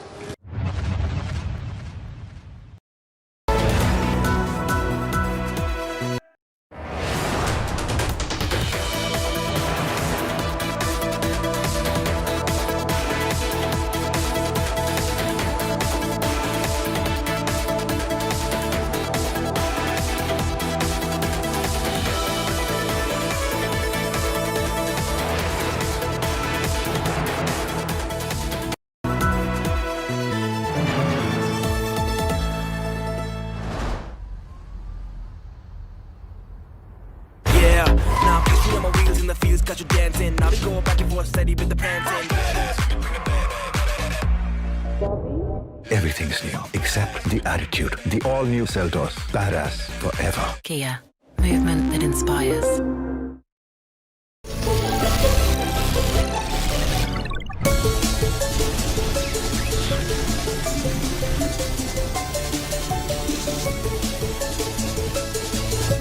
Introducing Motorola's signature.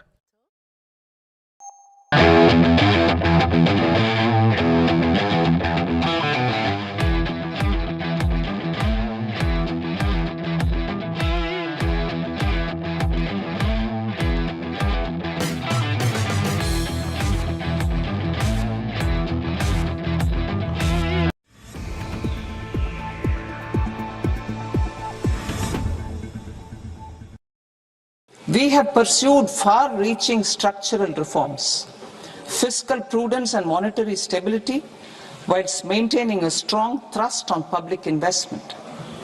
Keeping Atmanirbharta as a lodestar, we have built domestic manufacturing capacity, energy security, and reduced critical import dependencies. Simultaneously, we have ensured that citizens benefit from every action of the government, undertaking reforms to support employment generation, agricultural productivity, household purchasing power, and universal services to people. These measures have delivered a high growth rate of around 7% and helped us